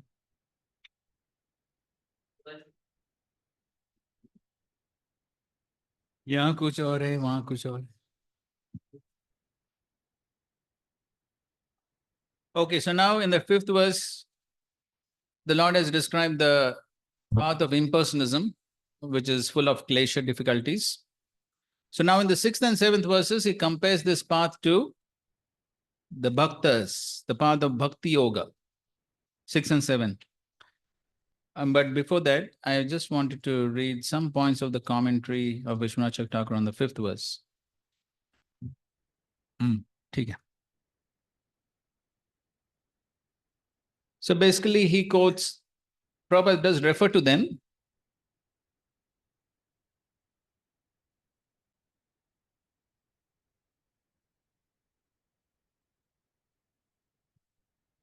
So I'm just going through some parts of them.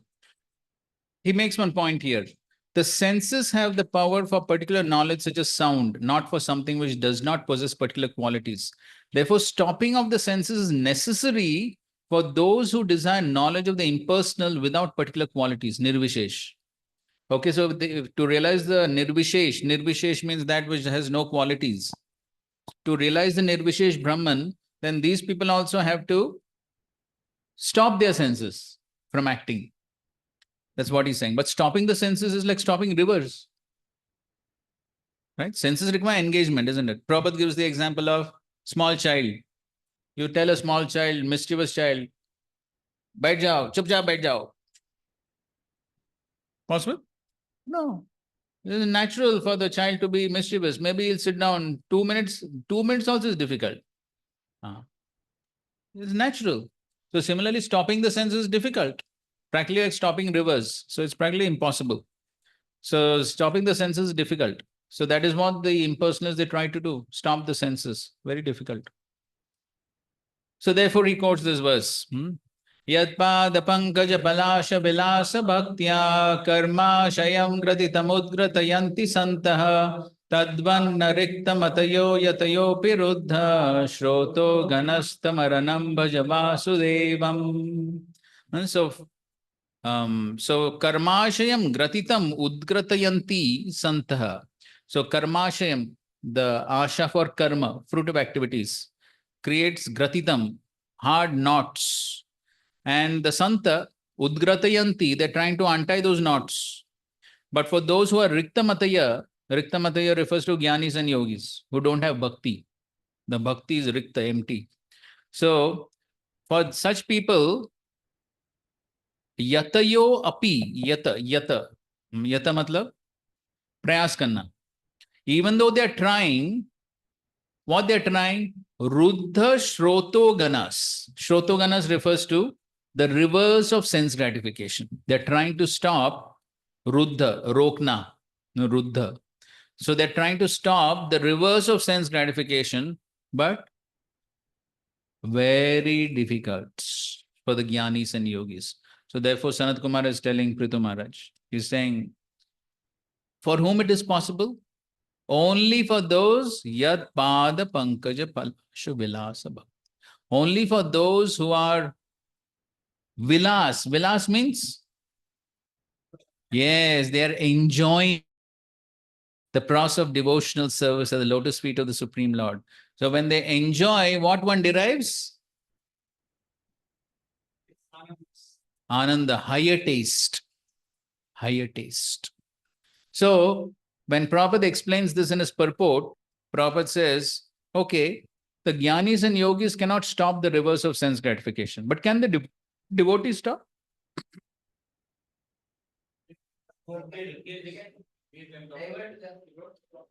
Can you divert a river? You take literally a river. Can you divert or stop a river? So Prabhupada explains, but when the river enters into the ocean, what happens?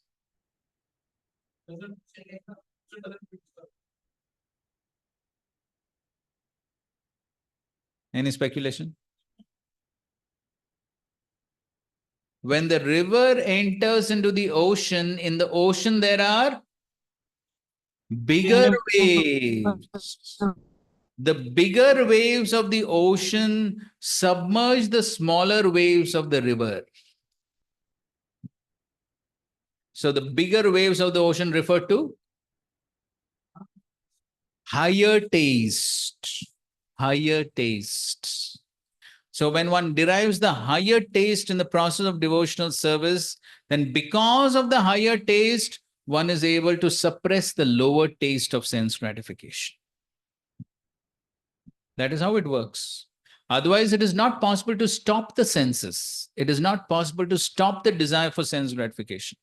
But when one develops higher taste, param drishtva nivartate, then lower taste becomes feeble, dead, pale material things. Prabhupada writes in that purport. Dead, pale, no ras. So that is how it is possible to give up sense gratification. One has to develop the higher taste. And to develop the higher taste, what one has to do? Go to Govindas.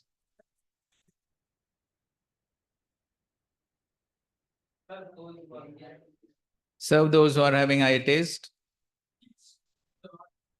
Correct. So, in that purport, 2.59, Prabhupada writes,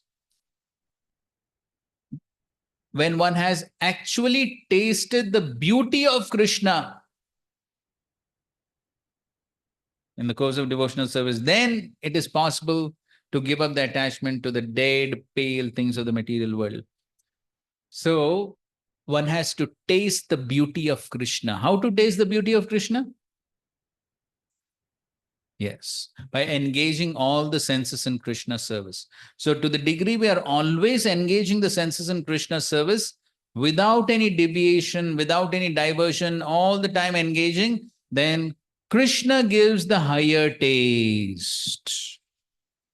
The higher taste is awarded by Krishna. When Krishna sees the steady practice of devotional service, then Krishna awards the higher taste.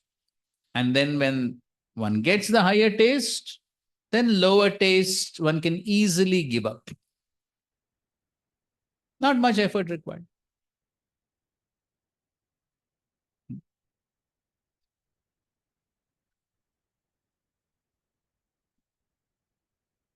So just like that day, many devotees went to Kunjibari temple, right? For some higher taste.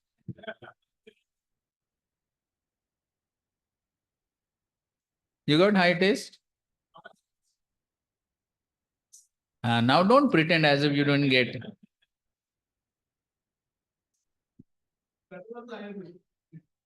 Okay, that's correct. But then in the examples, as we often give, so if one has that whole Chappan Bhog, so many different items, and I think the Naik Sakapro got one of them, correct? So it was good. Thank you. So if that is available, then how much effort is required to give up the dried roti? Any effort required? Who cares? Nobody cares. That is what is required. But for that, one has to pay a price. And what is that price? Laulyam is correct.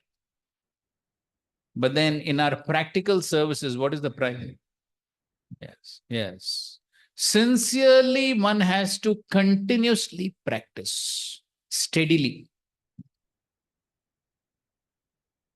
That steady practice is the price, nishtha. So therefore, first there is nishtha, then there is ruchi. Ruchi is taste, correct? So Krishna gives that ruchi when he sees there is nishtha. And nishtha refers to steady practice in Sattvagun. In Sattvagun, there is steady practice. Sattvagun, what is, as we will see in the later chapters, the significant quality on the platform of Sattva is one performs activity on the platform of duty. As a matter of duty, one does, irrespective of whether I like it or not. आज मुझे लग रहा है ये मंगला आरती थोड़ा boring है, आज नहीं जाऊंगा. No, whether you like it or not, do it. That is duty. Whether one is feeling like doing it or not, still do it. So that is steady practice. So when that steady practice is there, Krishna is very pleased with the steady practice. Then he awards the higher taste. Then he gives the ruchi. That is awarded by Krishna. But for that, at least one has to continue. Continue the practice, irrespective of all obstacles, odds, whatever may be there. Continue.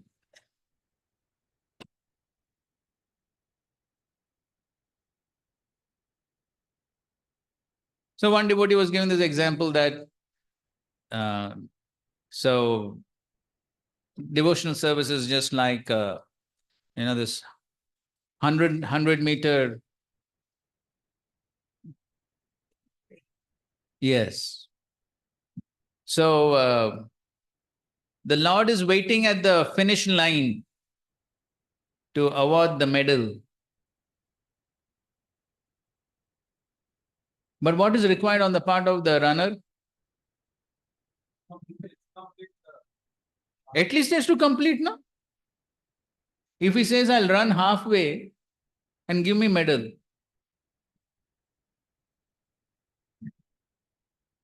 No, he said, no, okay, even if you don't come first, no problem. At least you finish, you come to the finishing line. Then I'll give you medal. So the point is, that is what is required. Continue the practice. Continue the practice. Don't give up. That is what is required. Every day. Then Krishna will give medal. What is the medal? Ruchi. Higher taste. That is what Krishna gives. Then when one gets the taste, then it's easy, right? The problem is, as long as the taste is not there. As long as taste is not there, it's difficult, correct? Once one gets the taste, so now nobody needs to be told. In the morning, there was this jalebi with that rabdi, na? So how many, Achha, Vittal Prabhu wouldn't get the experience, I think. Yes, Prabhuji, I missed it, Prabhuji. Who told you to miss? Somehow or other, Prabhuji. Huh? So maybe it's still available, you find out. So, so how many require invitation? This jalebi and rabdi, please come, please come, please take, please take. How many require? हाँ क्या शुक्र क्या बोल रहे? क्या नहीं मिला आपको? अच्छा आपका डाइटिंग चल रहा है क्या? I am not preferring. So that's correct. So when there's disease, one has to follow the diet.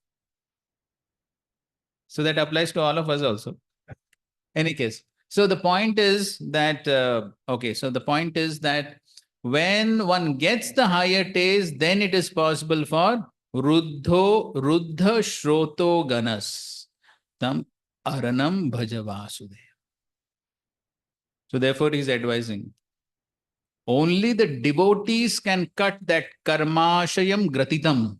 Only devotees can cut because they get higher taste. For jnanis and yogis, it is not possible. Hare Krishna. Guruji, unless until we get little taste in between the process, how come we can continue? Because also it is written in the circular. So who said you don't have little taste? You're saying that at the last, we should keep on practicing till the time we get to the stage of Nishta and we get that Ruchi. So unless until we get little... So we are talking about that Ruchi. That means the stage of Ruchi where one gets such a higher taste that the mind is fixed in Krishna consciousness. So that is the stage of Ruchi. Right? There are characteristics of that stage. And the main characteristic of the stage of Ruchi is that the mind can very easily be fixed on Krishna. Okay. But till that point of time also, as to the degree we are steadily practicing, Krishna is giving. Otherwise, how we are continuing? We are definitely getting something, right?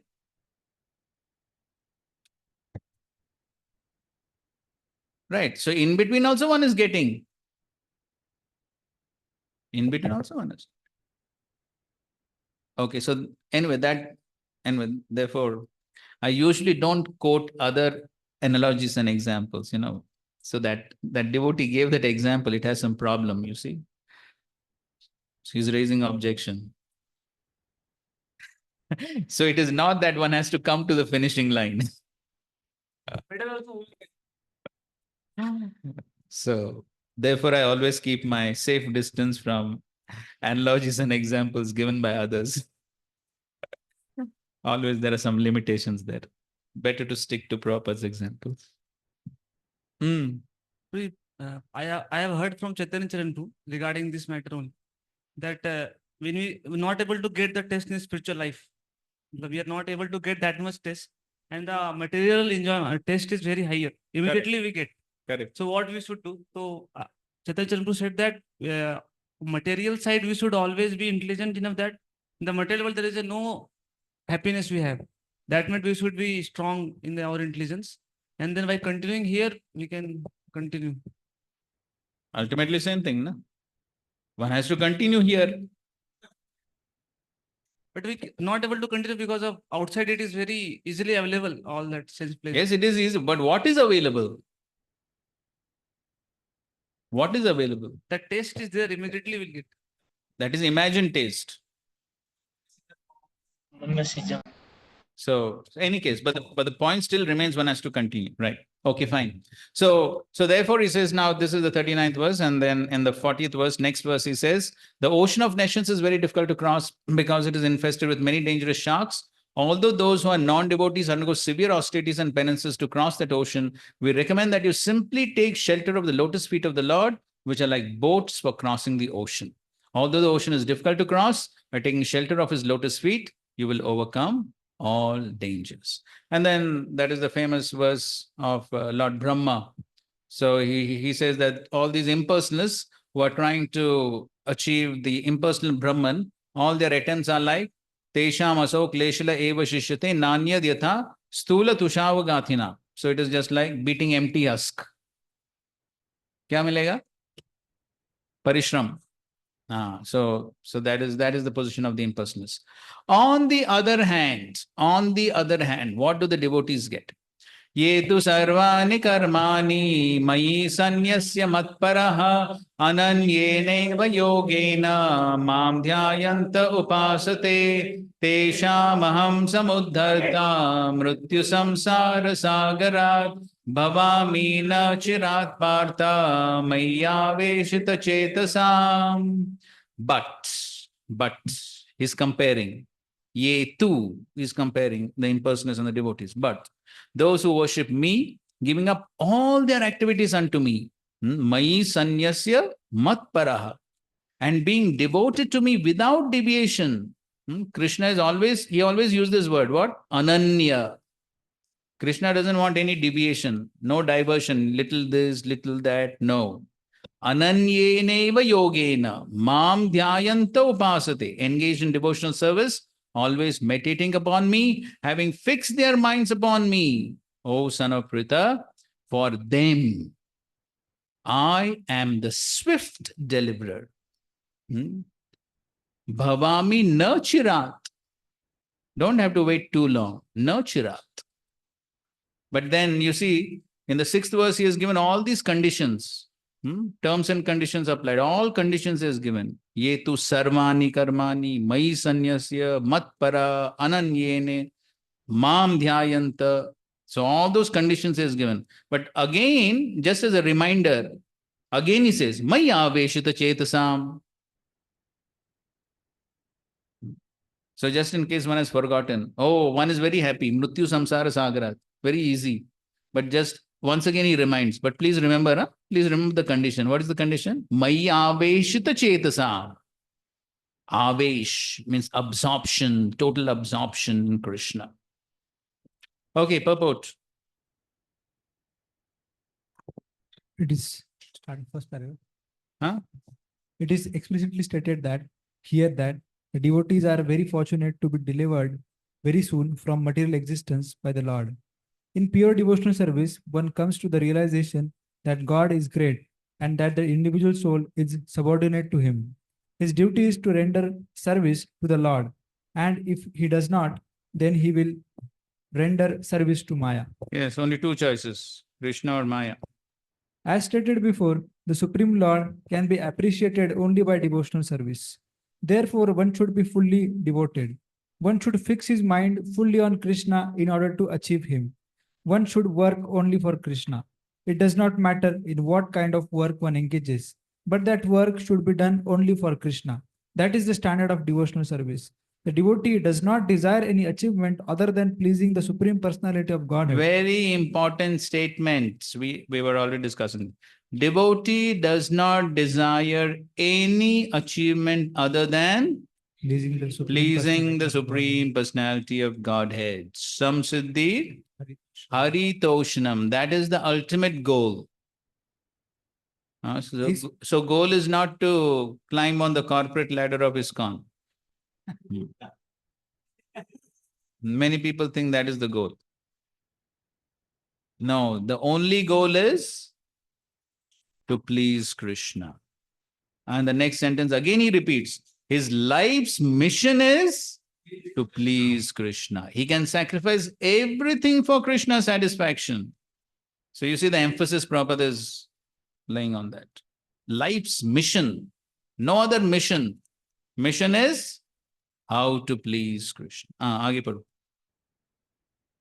His life's mission is to please Krishna, and he can sacrifice everything for Krishna's satisfaction, just as Arjuna did in the battle of Kurukshetra. The process is very simple. One can devote himself in his occupation and engage at the same time in chanting Hare Krishna, Hare Krishna, Krishna Krishna, Hare Hare, Hare Ram, Ram Ram, Hare Hare. Such transcendental chanting attracts the devotee to the personality of Godhead. The Supreme Lord herein promises that without delay, he will deliver a pure devotee, thus engaged from the ocean of material existence. Those who are advanced in yoga practice can willfully transfer the soul to whatever planet they like by the yoga process, and others take the opportunity in various ways.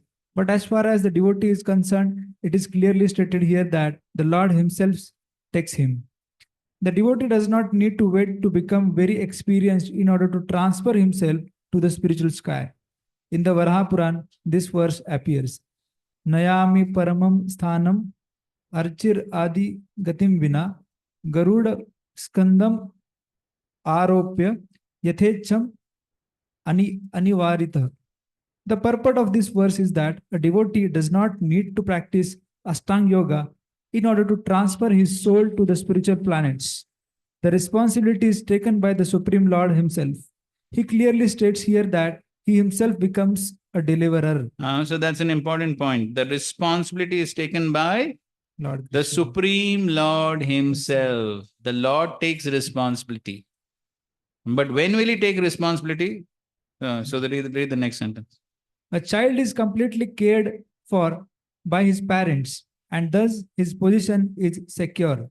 Similarly, a devotee does not need to endeavor to transfer himself by yoga practice to other planets. Yes, so the condition is one has to fully depend on the Lord, just like the child depends on the parents. So when it's fully dependent, fully surrendered to the Lord takes care. And the Lord takes responsibility, and then he takes him back. Rather, the Supreme Lord, by his great mercy, comes at once, riding on his bird carrier Garuda, and at once delivers the devotee from material existence. Although a man who has fallen in the ocean may struggle very hard and may be very expert in swimming, he cannot save himself. But if someone comes and picks him up from the water, then he is easily rescued. Similarly, the Lord picks up the devotee from this material existence.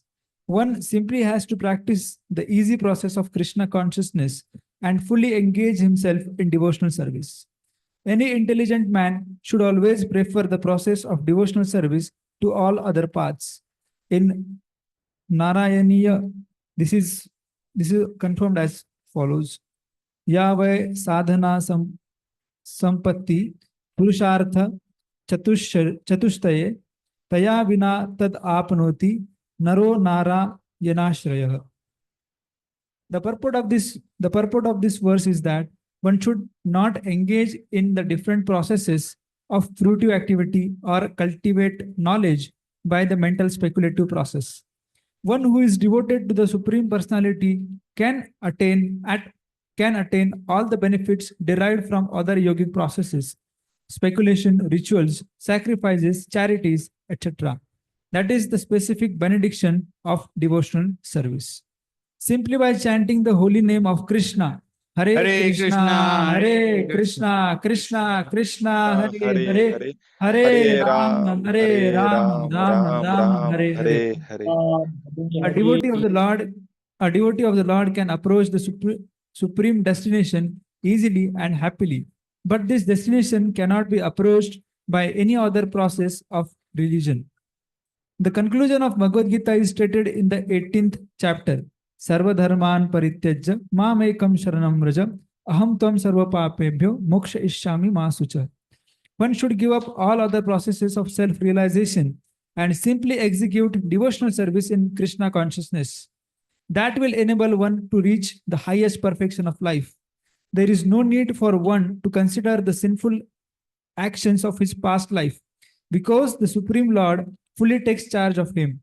Therefore, one should not futilely try to deliver himself in spiritual realization. Let everyone take shelter of the Supreme Omnipotent Godhead, Krishna. That is the highest perfection of life. Okay, therefore one should not futilely try to deliver himself in spiritual realization. That means only by one's own endeavor. By one's own endeavor, it is not possible, like the Jnanis and Yogis are trying to do. So one has to depend on the Supreme Lord, and Supreme Lord will easily deliver one.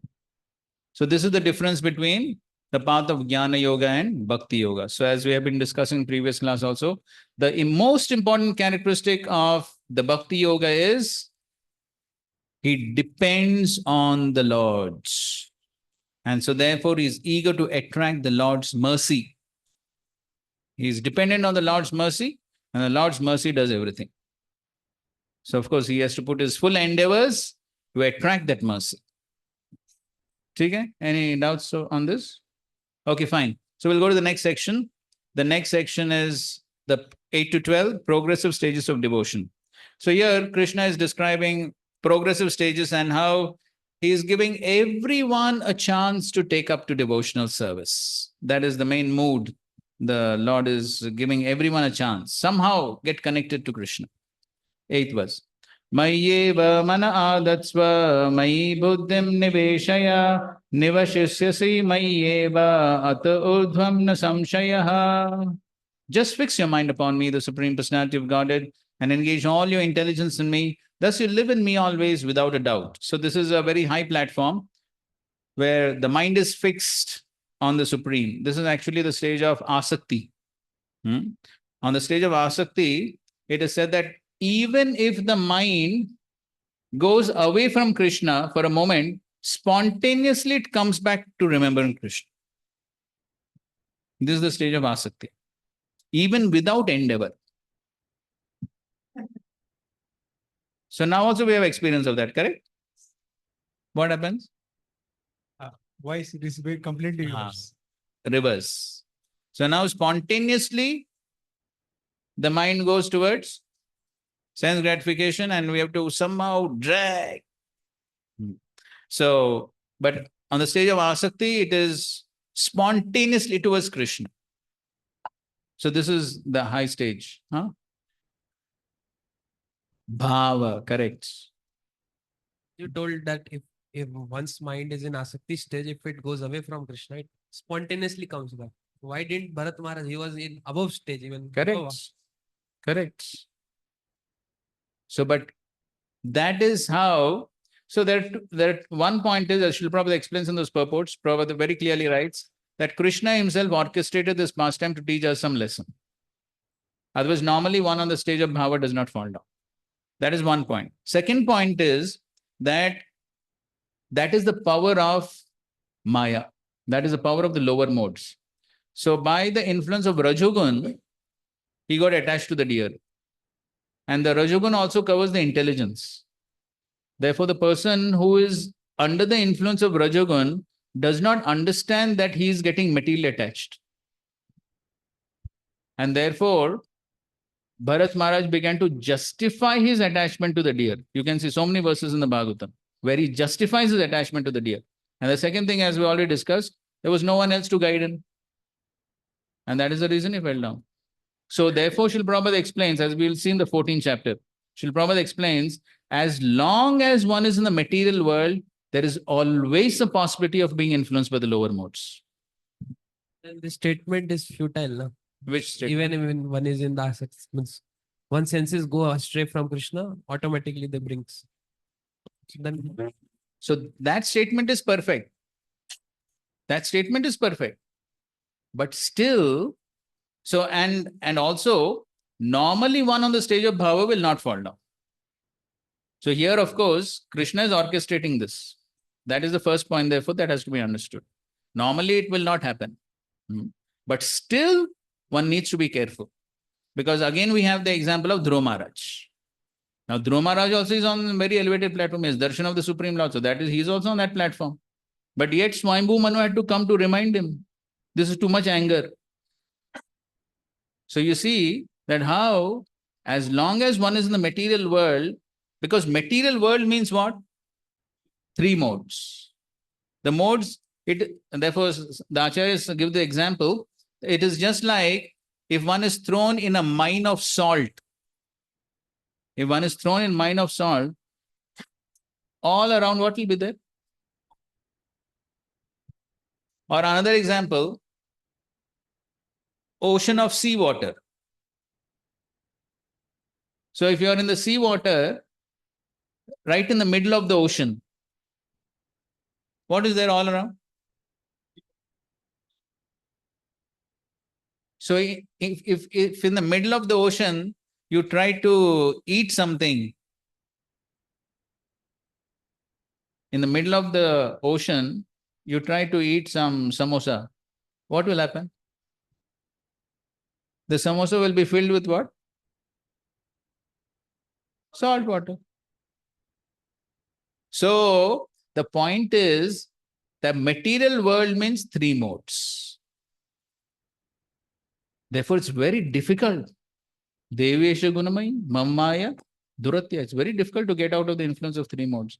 So even on that very elevated platform, though it is very rare that one will be influenced by the lower modes, still there is some possibility. If we consider this point, then sadhaka who is taking guidance from a spiritual master, if spiritual master gives him an instruction, then he may think na ki, because spiritual master, he's a pure devotee, but although he's in material world, how can then his instruction coming to me is like, for his benefit? Because we already discussed these points. Because he is not giving instruction on his own. That instruction which is giving is based on what? Sadhu and Shastra. It's ultimately whose instruction? Krishna's instruction. Therefore, you know that when Prabhupada was asked, are you perfect? What he said? The process is perfect. I may not be perfect, but what I'm speaking is perfect because it is coming from the perfect source. Therefore, we need to have faith in the words because the words are coming from the perfect source.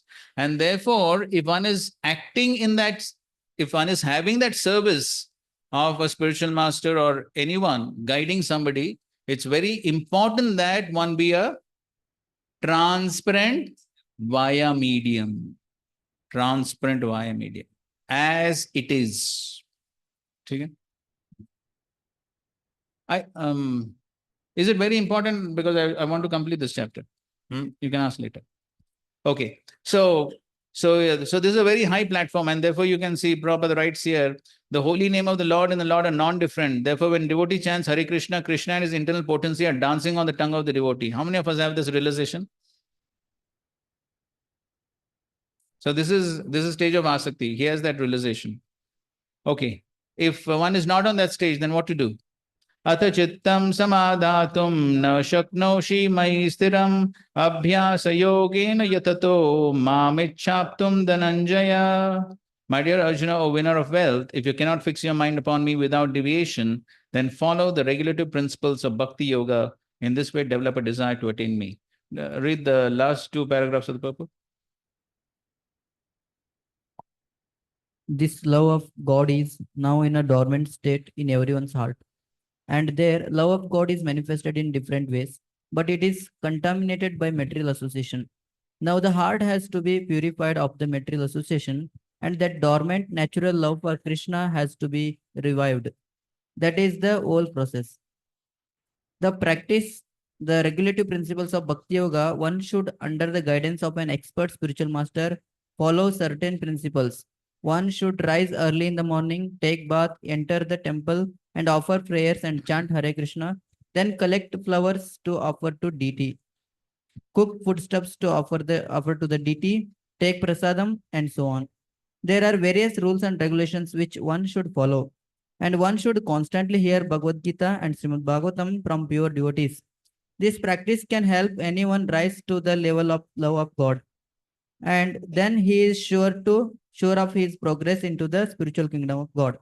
This practice of Bhakti Yoga under the rules and regulations with the direction of a spiritual master will surely bring one to the stage of love of God. Okay? Will surely bring one. So one follows the process as given by the spiritual master, follow all the rules and regulations. Mam ichhaptum, one will achieve. One will come to the stage of love of God. No need of concocting something on one's own. Simply follow the process. But if one is not able to even follow the rules and regulations, what to do? Abhyasayapya samarthosi matkarma paramo bhava madartam api karmani kurvan siddhim avapsyasi.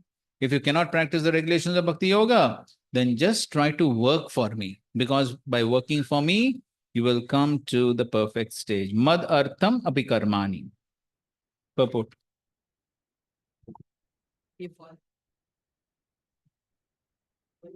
One who is not able even to practice the regulative principles of Bhakti Yoga under the guidance of a spiritual master can still be drawn to this perfection stage by working for the Supreme Lord.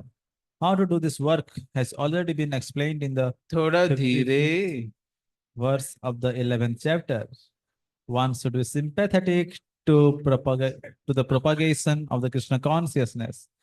There are many devotees who are engaged in the propagation of Krishna consciousness and they require help. So even if one cannot directly practice the regulative principles of Bhakti Yoga, he can try to help such work. Every endeavor requires land, capital, organization, and labor. Just as in business, one requires a place to stay, some capital to use, some labor, and some organization to expand. So the same is required in the service of Krishna. The only difference is that in materialism, one works for sense gratification. The same work, however, can be performed for the satisfaction of Krishna, and that is spiritual activity. If one has sufficient money, he can help in building an office or temple for propagating Krishna consciousness, or he can help with publications. There are various fields of activity, and one should be interested in such activities. If one cannot sacrifice the result of his activities, the same person can still sacrifice some percentage to propagate Krishna consciousness. This voluntary service to the cause of Krishna consciousness will help one to rise to a higher state of love for God, whereupon one becomes perfect. Okay, so this is working for Krishna. Do some work. So we know so many people, they help. There are life members, donors, well-wishers. So they help with, as Prabhupada is saying, land, capital, organization, some way. Do some service. Do some service. So this should be our mood in preaching. Somehow connect people to Krishna consciousness. Engage them in some service. Because by that they will get purified, and that's how they'll progress. And as towards the end, that's what Prabhupada says. Then ultimately one will rise to the highest state of love of God. So that's what Krishna also says. Kurvan siddhim avapsasi. Ultimately, you can achieve siddhi, but it can begin with some service for Krishna. So one very good example. Of course, there are many examples. But then right over here, we have one very good example. Who's this devotee who gives fruits every Ekadashi? What's his name? Huh? Ras Mukund Prabhu. You know how he began, right? So in Kunjbari temple, the only thing that he would do is bring fruits. And when devotees would tell him to chant, he would say, I'm ready to do anything. Don't tell me to chant. That was the situation that time. But regularly he would give these fruits for the deities and devotees. But then now you see what happened. That's how it works. So therefore, we must not discourage anyone from doing some service. Whatever service one can do, let them do and connect them. And that was always Prabhupada's mood. Somehow connect everyone, allow everyone to render some service. So therefore, you know that past time, that hippie came and put some tissue paper in the toilet. Prabhupada said, yes, just see, his devotional service has begun. So that's how, and that's Krishna's mood over here. Everyone, allow them to somehow get connected. Ultimately, they will come to siddhi. Ultimately, they'll come to perfection. Okay, if one is not even able to do this, then what? Ateitadapya shaktosi kartum madhyogam ashritaha sarva karma phalatyagam tata kuru yathatmavan. If, however, you are unable to work in this consciousness of me, then try to act giving up all results of your work and try to be self-situated. Purport. It may be that one is unable to even sympathize with the activities of Krishna consciousness because of social, familial, or religious considerations, or because of some other impediments. Okay, please note this point. So the person wants to serve Krishna, but because of various impediments, he cannot serve. If one attaches himself directly to activities of Krishna consciousness, there may be objections from family members or so many other difficulties. For one who has such a problem, it is advised that he sacrifice the accumulated result of his activities to some good cause. Such procedures are described in the Vedic rules. There are many descriptions of sacrifices and special functions of punya or special work in which the result of one's previous action may be applied.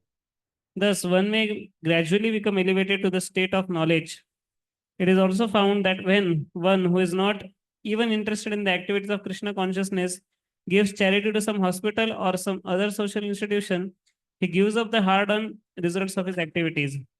That is also recommended here because by practice of giving up the fruits of one activities, one is sure to purify his mind gradually. And in that purified stage of mind, one becomes able to understand Krishna consciousness. Of course, Krishna consciousness is not dependent on any other experience because Krishna consciousness itself can purify one's mind. But if there are impediments to accepting Krishna consciousness, one may try to give up the result of his action. In that respect, social service, community service, national service, sacrifice for one's country, etc., may be accepted so that someday one may come to the stage of pure devotional service to the Supreme Lord. In Bhagavad Gita 18.46, we find it is stated, Yatha pravrittir bhutanam. If one decides to sacrifice for the supreme cause, even if he does not know that the supreme cause is Krishna, he will come gradually to understand that Krishna is the supreme cause by the sacrificial method. Okay, so here again, Krishna is trying to be very benevolent. He's saying that, okay, if you, for some reason, social, familial, or whatever, if one cannot even do some work for Krishna, then at least sarva karma phala tyagam, at least renounce the fruits of act. Don't remain attached. Somehow become detached. Because if you become detached, then you'll get purified. So that's what Krishna is trying to say. That's the beginning. So if one is not able to do some work for Krishna, at least detach yourself from the fruits of activities and thus get purified. So that's what he's saying. Sarva karma phala tyagam. So even if it is for some social cause, national cause, philanthropic cause, whatever it may be, at least become detached from the fruits of activities. Prabhupada told that story, you know that story, right? Of one sadhu who came for bhiksha at one lady's house. Heard? So the lady was in an angry mood. So first of all, the lady said, "Get up! I won't give you anything." But the sadhu is not ready to go. Kuch to do. So the lady got very wild. She said, "I told you I'm not going to give anything. Go away from here." Sadhu is not ready to move. So then she was so angry. So she had some ash, a rock. So she took the ash and threw it in the sadhu's bhiksha patra. And the sadhu smiled, very happy. So the lady got puzzled. So lady said, "Arey, what is this? I threw some ash into your bowl. Why are you smiling?" So the sadhu said, "At least you have begun to give something."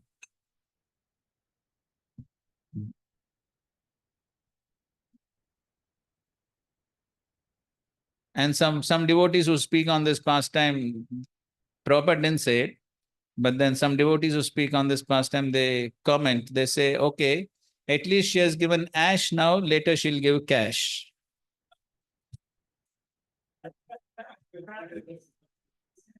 So, but then the point is that, yes, so that's beginning. And that's the same mood what Krishna is speaking out here. At least detach yourself from the fruits. Don't be simply attached. Then gradually one can progress. But if one is not even able to do this, then what? Shreyo hi jnanam abhyasaj jnanad dhyanam vishishyate dhyanat karma phala tyagas tyagat shantir anantaram. If you cannot take to this practice, then engage yourself in this in the cultivation of knowledge. Better than knowledge, however, is meditation, and better than meditation is renunciation of the fruits of action. For by such renunciation, one can attain peace of mind. So what is the meaning of this verse that you read the second paragraph of the purport? In summary, that one? In summary, to reach the Supreme Personality of Godhead, the highest goal, there are two processes. One process is by gradual development and the other process is direct. Devotional service in Krishna consciousness is the direct method, and the other method involves renouncing the fruits of one's activities. Then one can come to the stage of knowledge, then to the stage of meditation, then to the stage of understanding the super soul, and then to the stage of the Supreme Personality of Godhead. One may take either the step-by-step process or the direct path. The direct process is not possible for everyone. Therefore, the indirect process is also good. It is, however, to be understood that the indirect process is not recommended for Arjuna because he is already at the stage of loving devotional service to the Supreme Lord. It is for others who are not at this stage, for them the gradual process of renunciation, knowledge, meditation, and realization of the Super Soul and Brahman should be followed. But as far as Bhagavad Gita is concerned, it is the direct method that is stressed. Everyone is advised to take to the direct method and surrender unto the Supreme Personality of Godhead, Krishna. So what Krishna is speaking about in this 12th verse is what? The indirect process. So the indirect process, you know, the yoga ladder, indirect process, karma yoga, jnana yoga, dhyana yoga, and then bhakti yoga. So Krishna is saying you cannot follow direct process, directly engaging in some devotional activity, then yoga ladder, step by step, progress, and ultimately come to the highest platform. All right? So this is how Krishna is giving all these various options by which one can make spiritual progress. And now the last section of this chapter, Krishna is describing various qualities that endear one to Krishna. Why? Because this is prayojan. Yasyasti bhaktir bhagavata kinchana sarver gunays tatra samasate sura. So if one is practicing devotional service, the result of that practice should be development of good qualities. Why? The good qualities are naturally present in the soul. But now those qualities are covered by material contamination. So when one is purified by devotional service, material contamination goes away. And what happens? The natural good qualities of the soul begin to manifest. So therefore, to the degree one has been cleared of the material contamination, to that degree the qualities will manifest. So this is the actual test. How much purification is going on? The test is what? How much the qualities are manifest. This is the barometer. Prabhupada writes that in the 13th chapter we'll read. So if we want to see how much progress we are making, this is one of the barometer. How much the good qualities are developing. So of course, it is gradual, it takes time, but at least they must manifest. And so therefore, Krishna is describing this at the end of the Bhakti Yoga section. Because by the practice of Bhakti Yoga, this is what is supposed to happen. This quality should manifest by the practice of Bhakti Yoga. So each one can see for himself how much they are manifesting. So, of course, it's gradual. So now so Prabhupada describes each of these qualities in brief. You can read on your own. There's nothing very difficult to understand here. Of course, the practice is not so easy. So anyway, so we will recite the verses. You can read the translations. Adveshta sarva bhutanam maitra karuna evacha nirmamo nirhankara samadukka sukha kshami santushta satatam yogi yadatma dhrida nishchayaha mayyarpita mano buddhi yo mad bhakta same priyaha. Give the mic to our Ujjwal Nilaman. He is in Samadhi.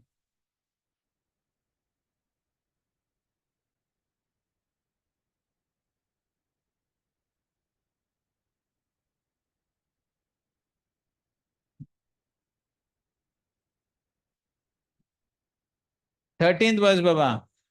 13th verse. Coming. Translation padho.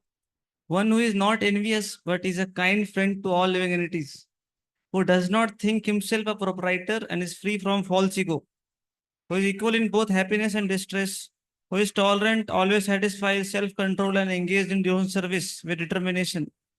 His mind and intelligence is fixed on me. Such a devotee of mine is very dear to me. 15. Yasmano dvijate loko lokano dvijate chayah harsha marsha bhayo dvegair mukto yasacha me priyaha. He by whom no one is put into difficulty and who is not disturbed by anyone, who is equipoised in the happiness and distress, fear and anxiety, is very dear to me. Anapeksha shuchi daksha udasino gatavyataha sarvarambha parityagi yo madbhakta same priyaha. My devotee who is not dependent on the ordinary course of activities, who is pure, expert, without cares, free from all pains, and not striving for some result, is very dear to me. Yo na rishyati na dveshti na shochati na kangshati shubha shubha parityagi bhaktimanya same priyaha. One who neither rejoices nor grieves, who neither laments nor desires, and who renounces both auspicious and inauspicious things. Such a devotee is very dear to me. 18-19. Sama shatrau cha mitre cha tata manapamanayo shitoshna sukha dukkeshu sama sangha vivarjitaha tulya ninda stutir mauni santushto yena kenachit aniketha sthiramatir bhaktiman me priyo naraha. One who is equal to friends and enemies, who is equipoised in honor and dishonor, heat and cold, happiness and distress, fame and infamy, who is always free from contaminating association, always silent and satisfied with anything, who does not care for any residence, who is fixed in knowledge and who is engaged in devotional service. Such a person is very dear to me. And 20. Ye tu dharmamritam midam yatoktam paryupasate shraddhadana matparama bhaktaste tiva me priyaha.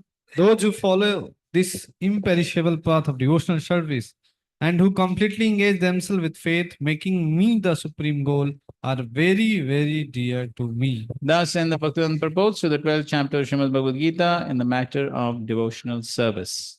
So please read these purports. If you have any questions, you can ask tomorrow. Thank you very much.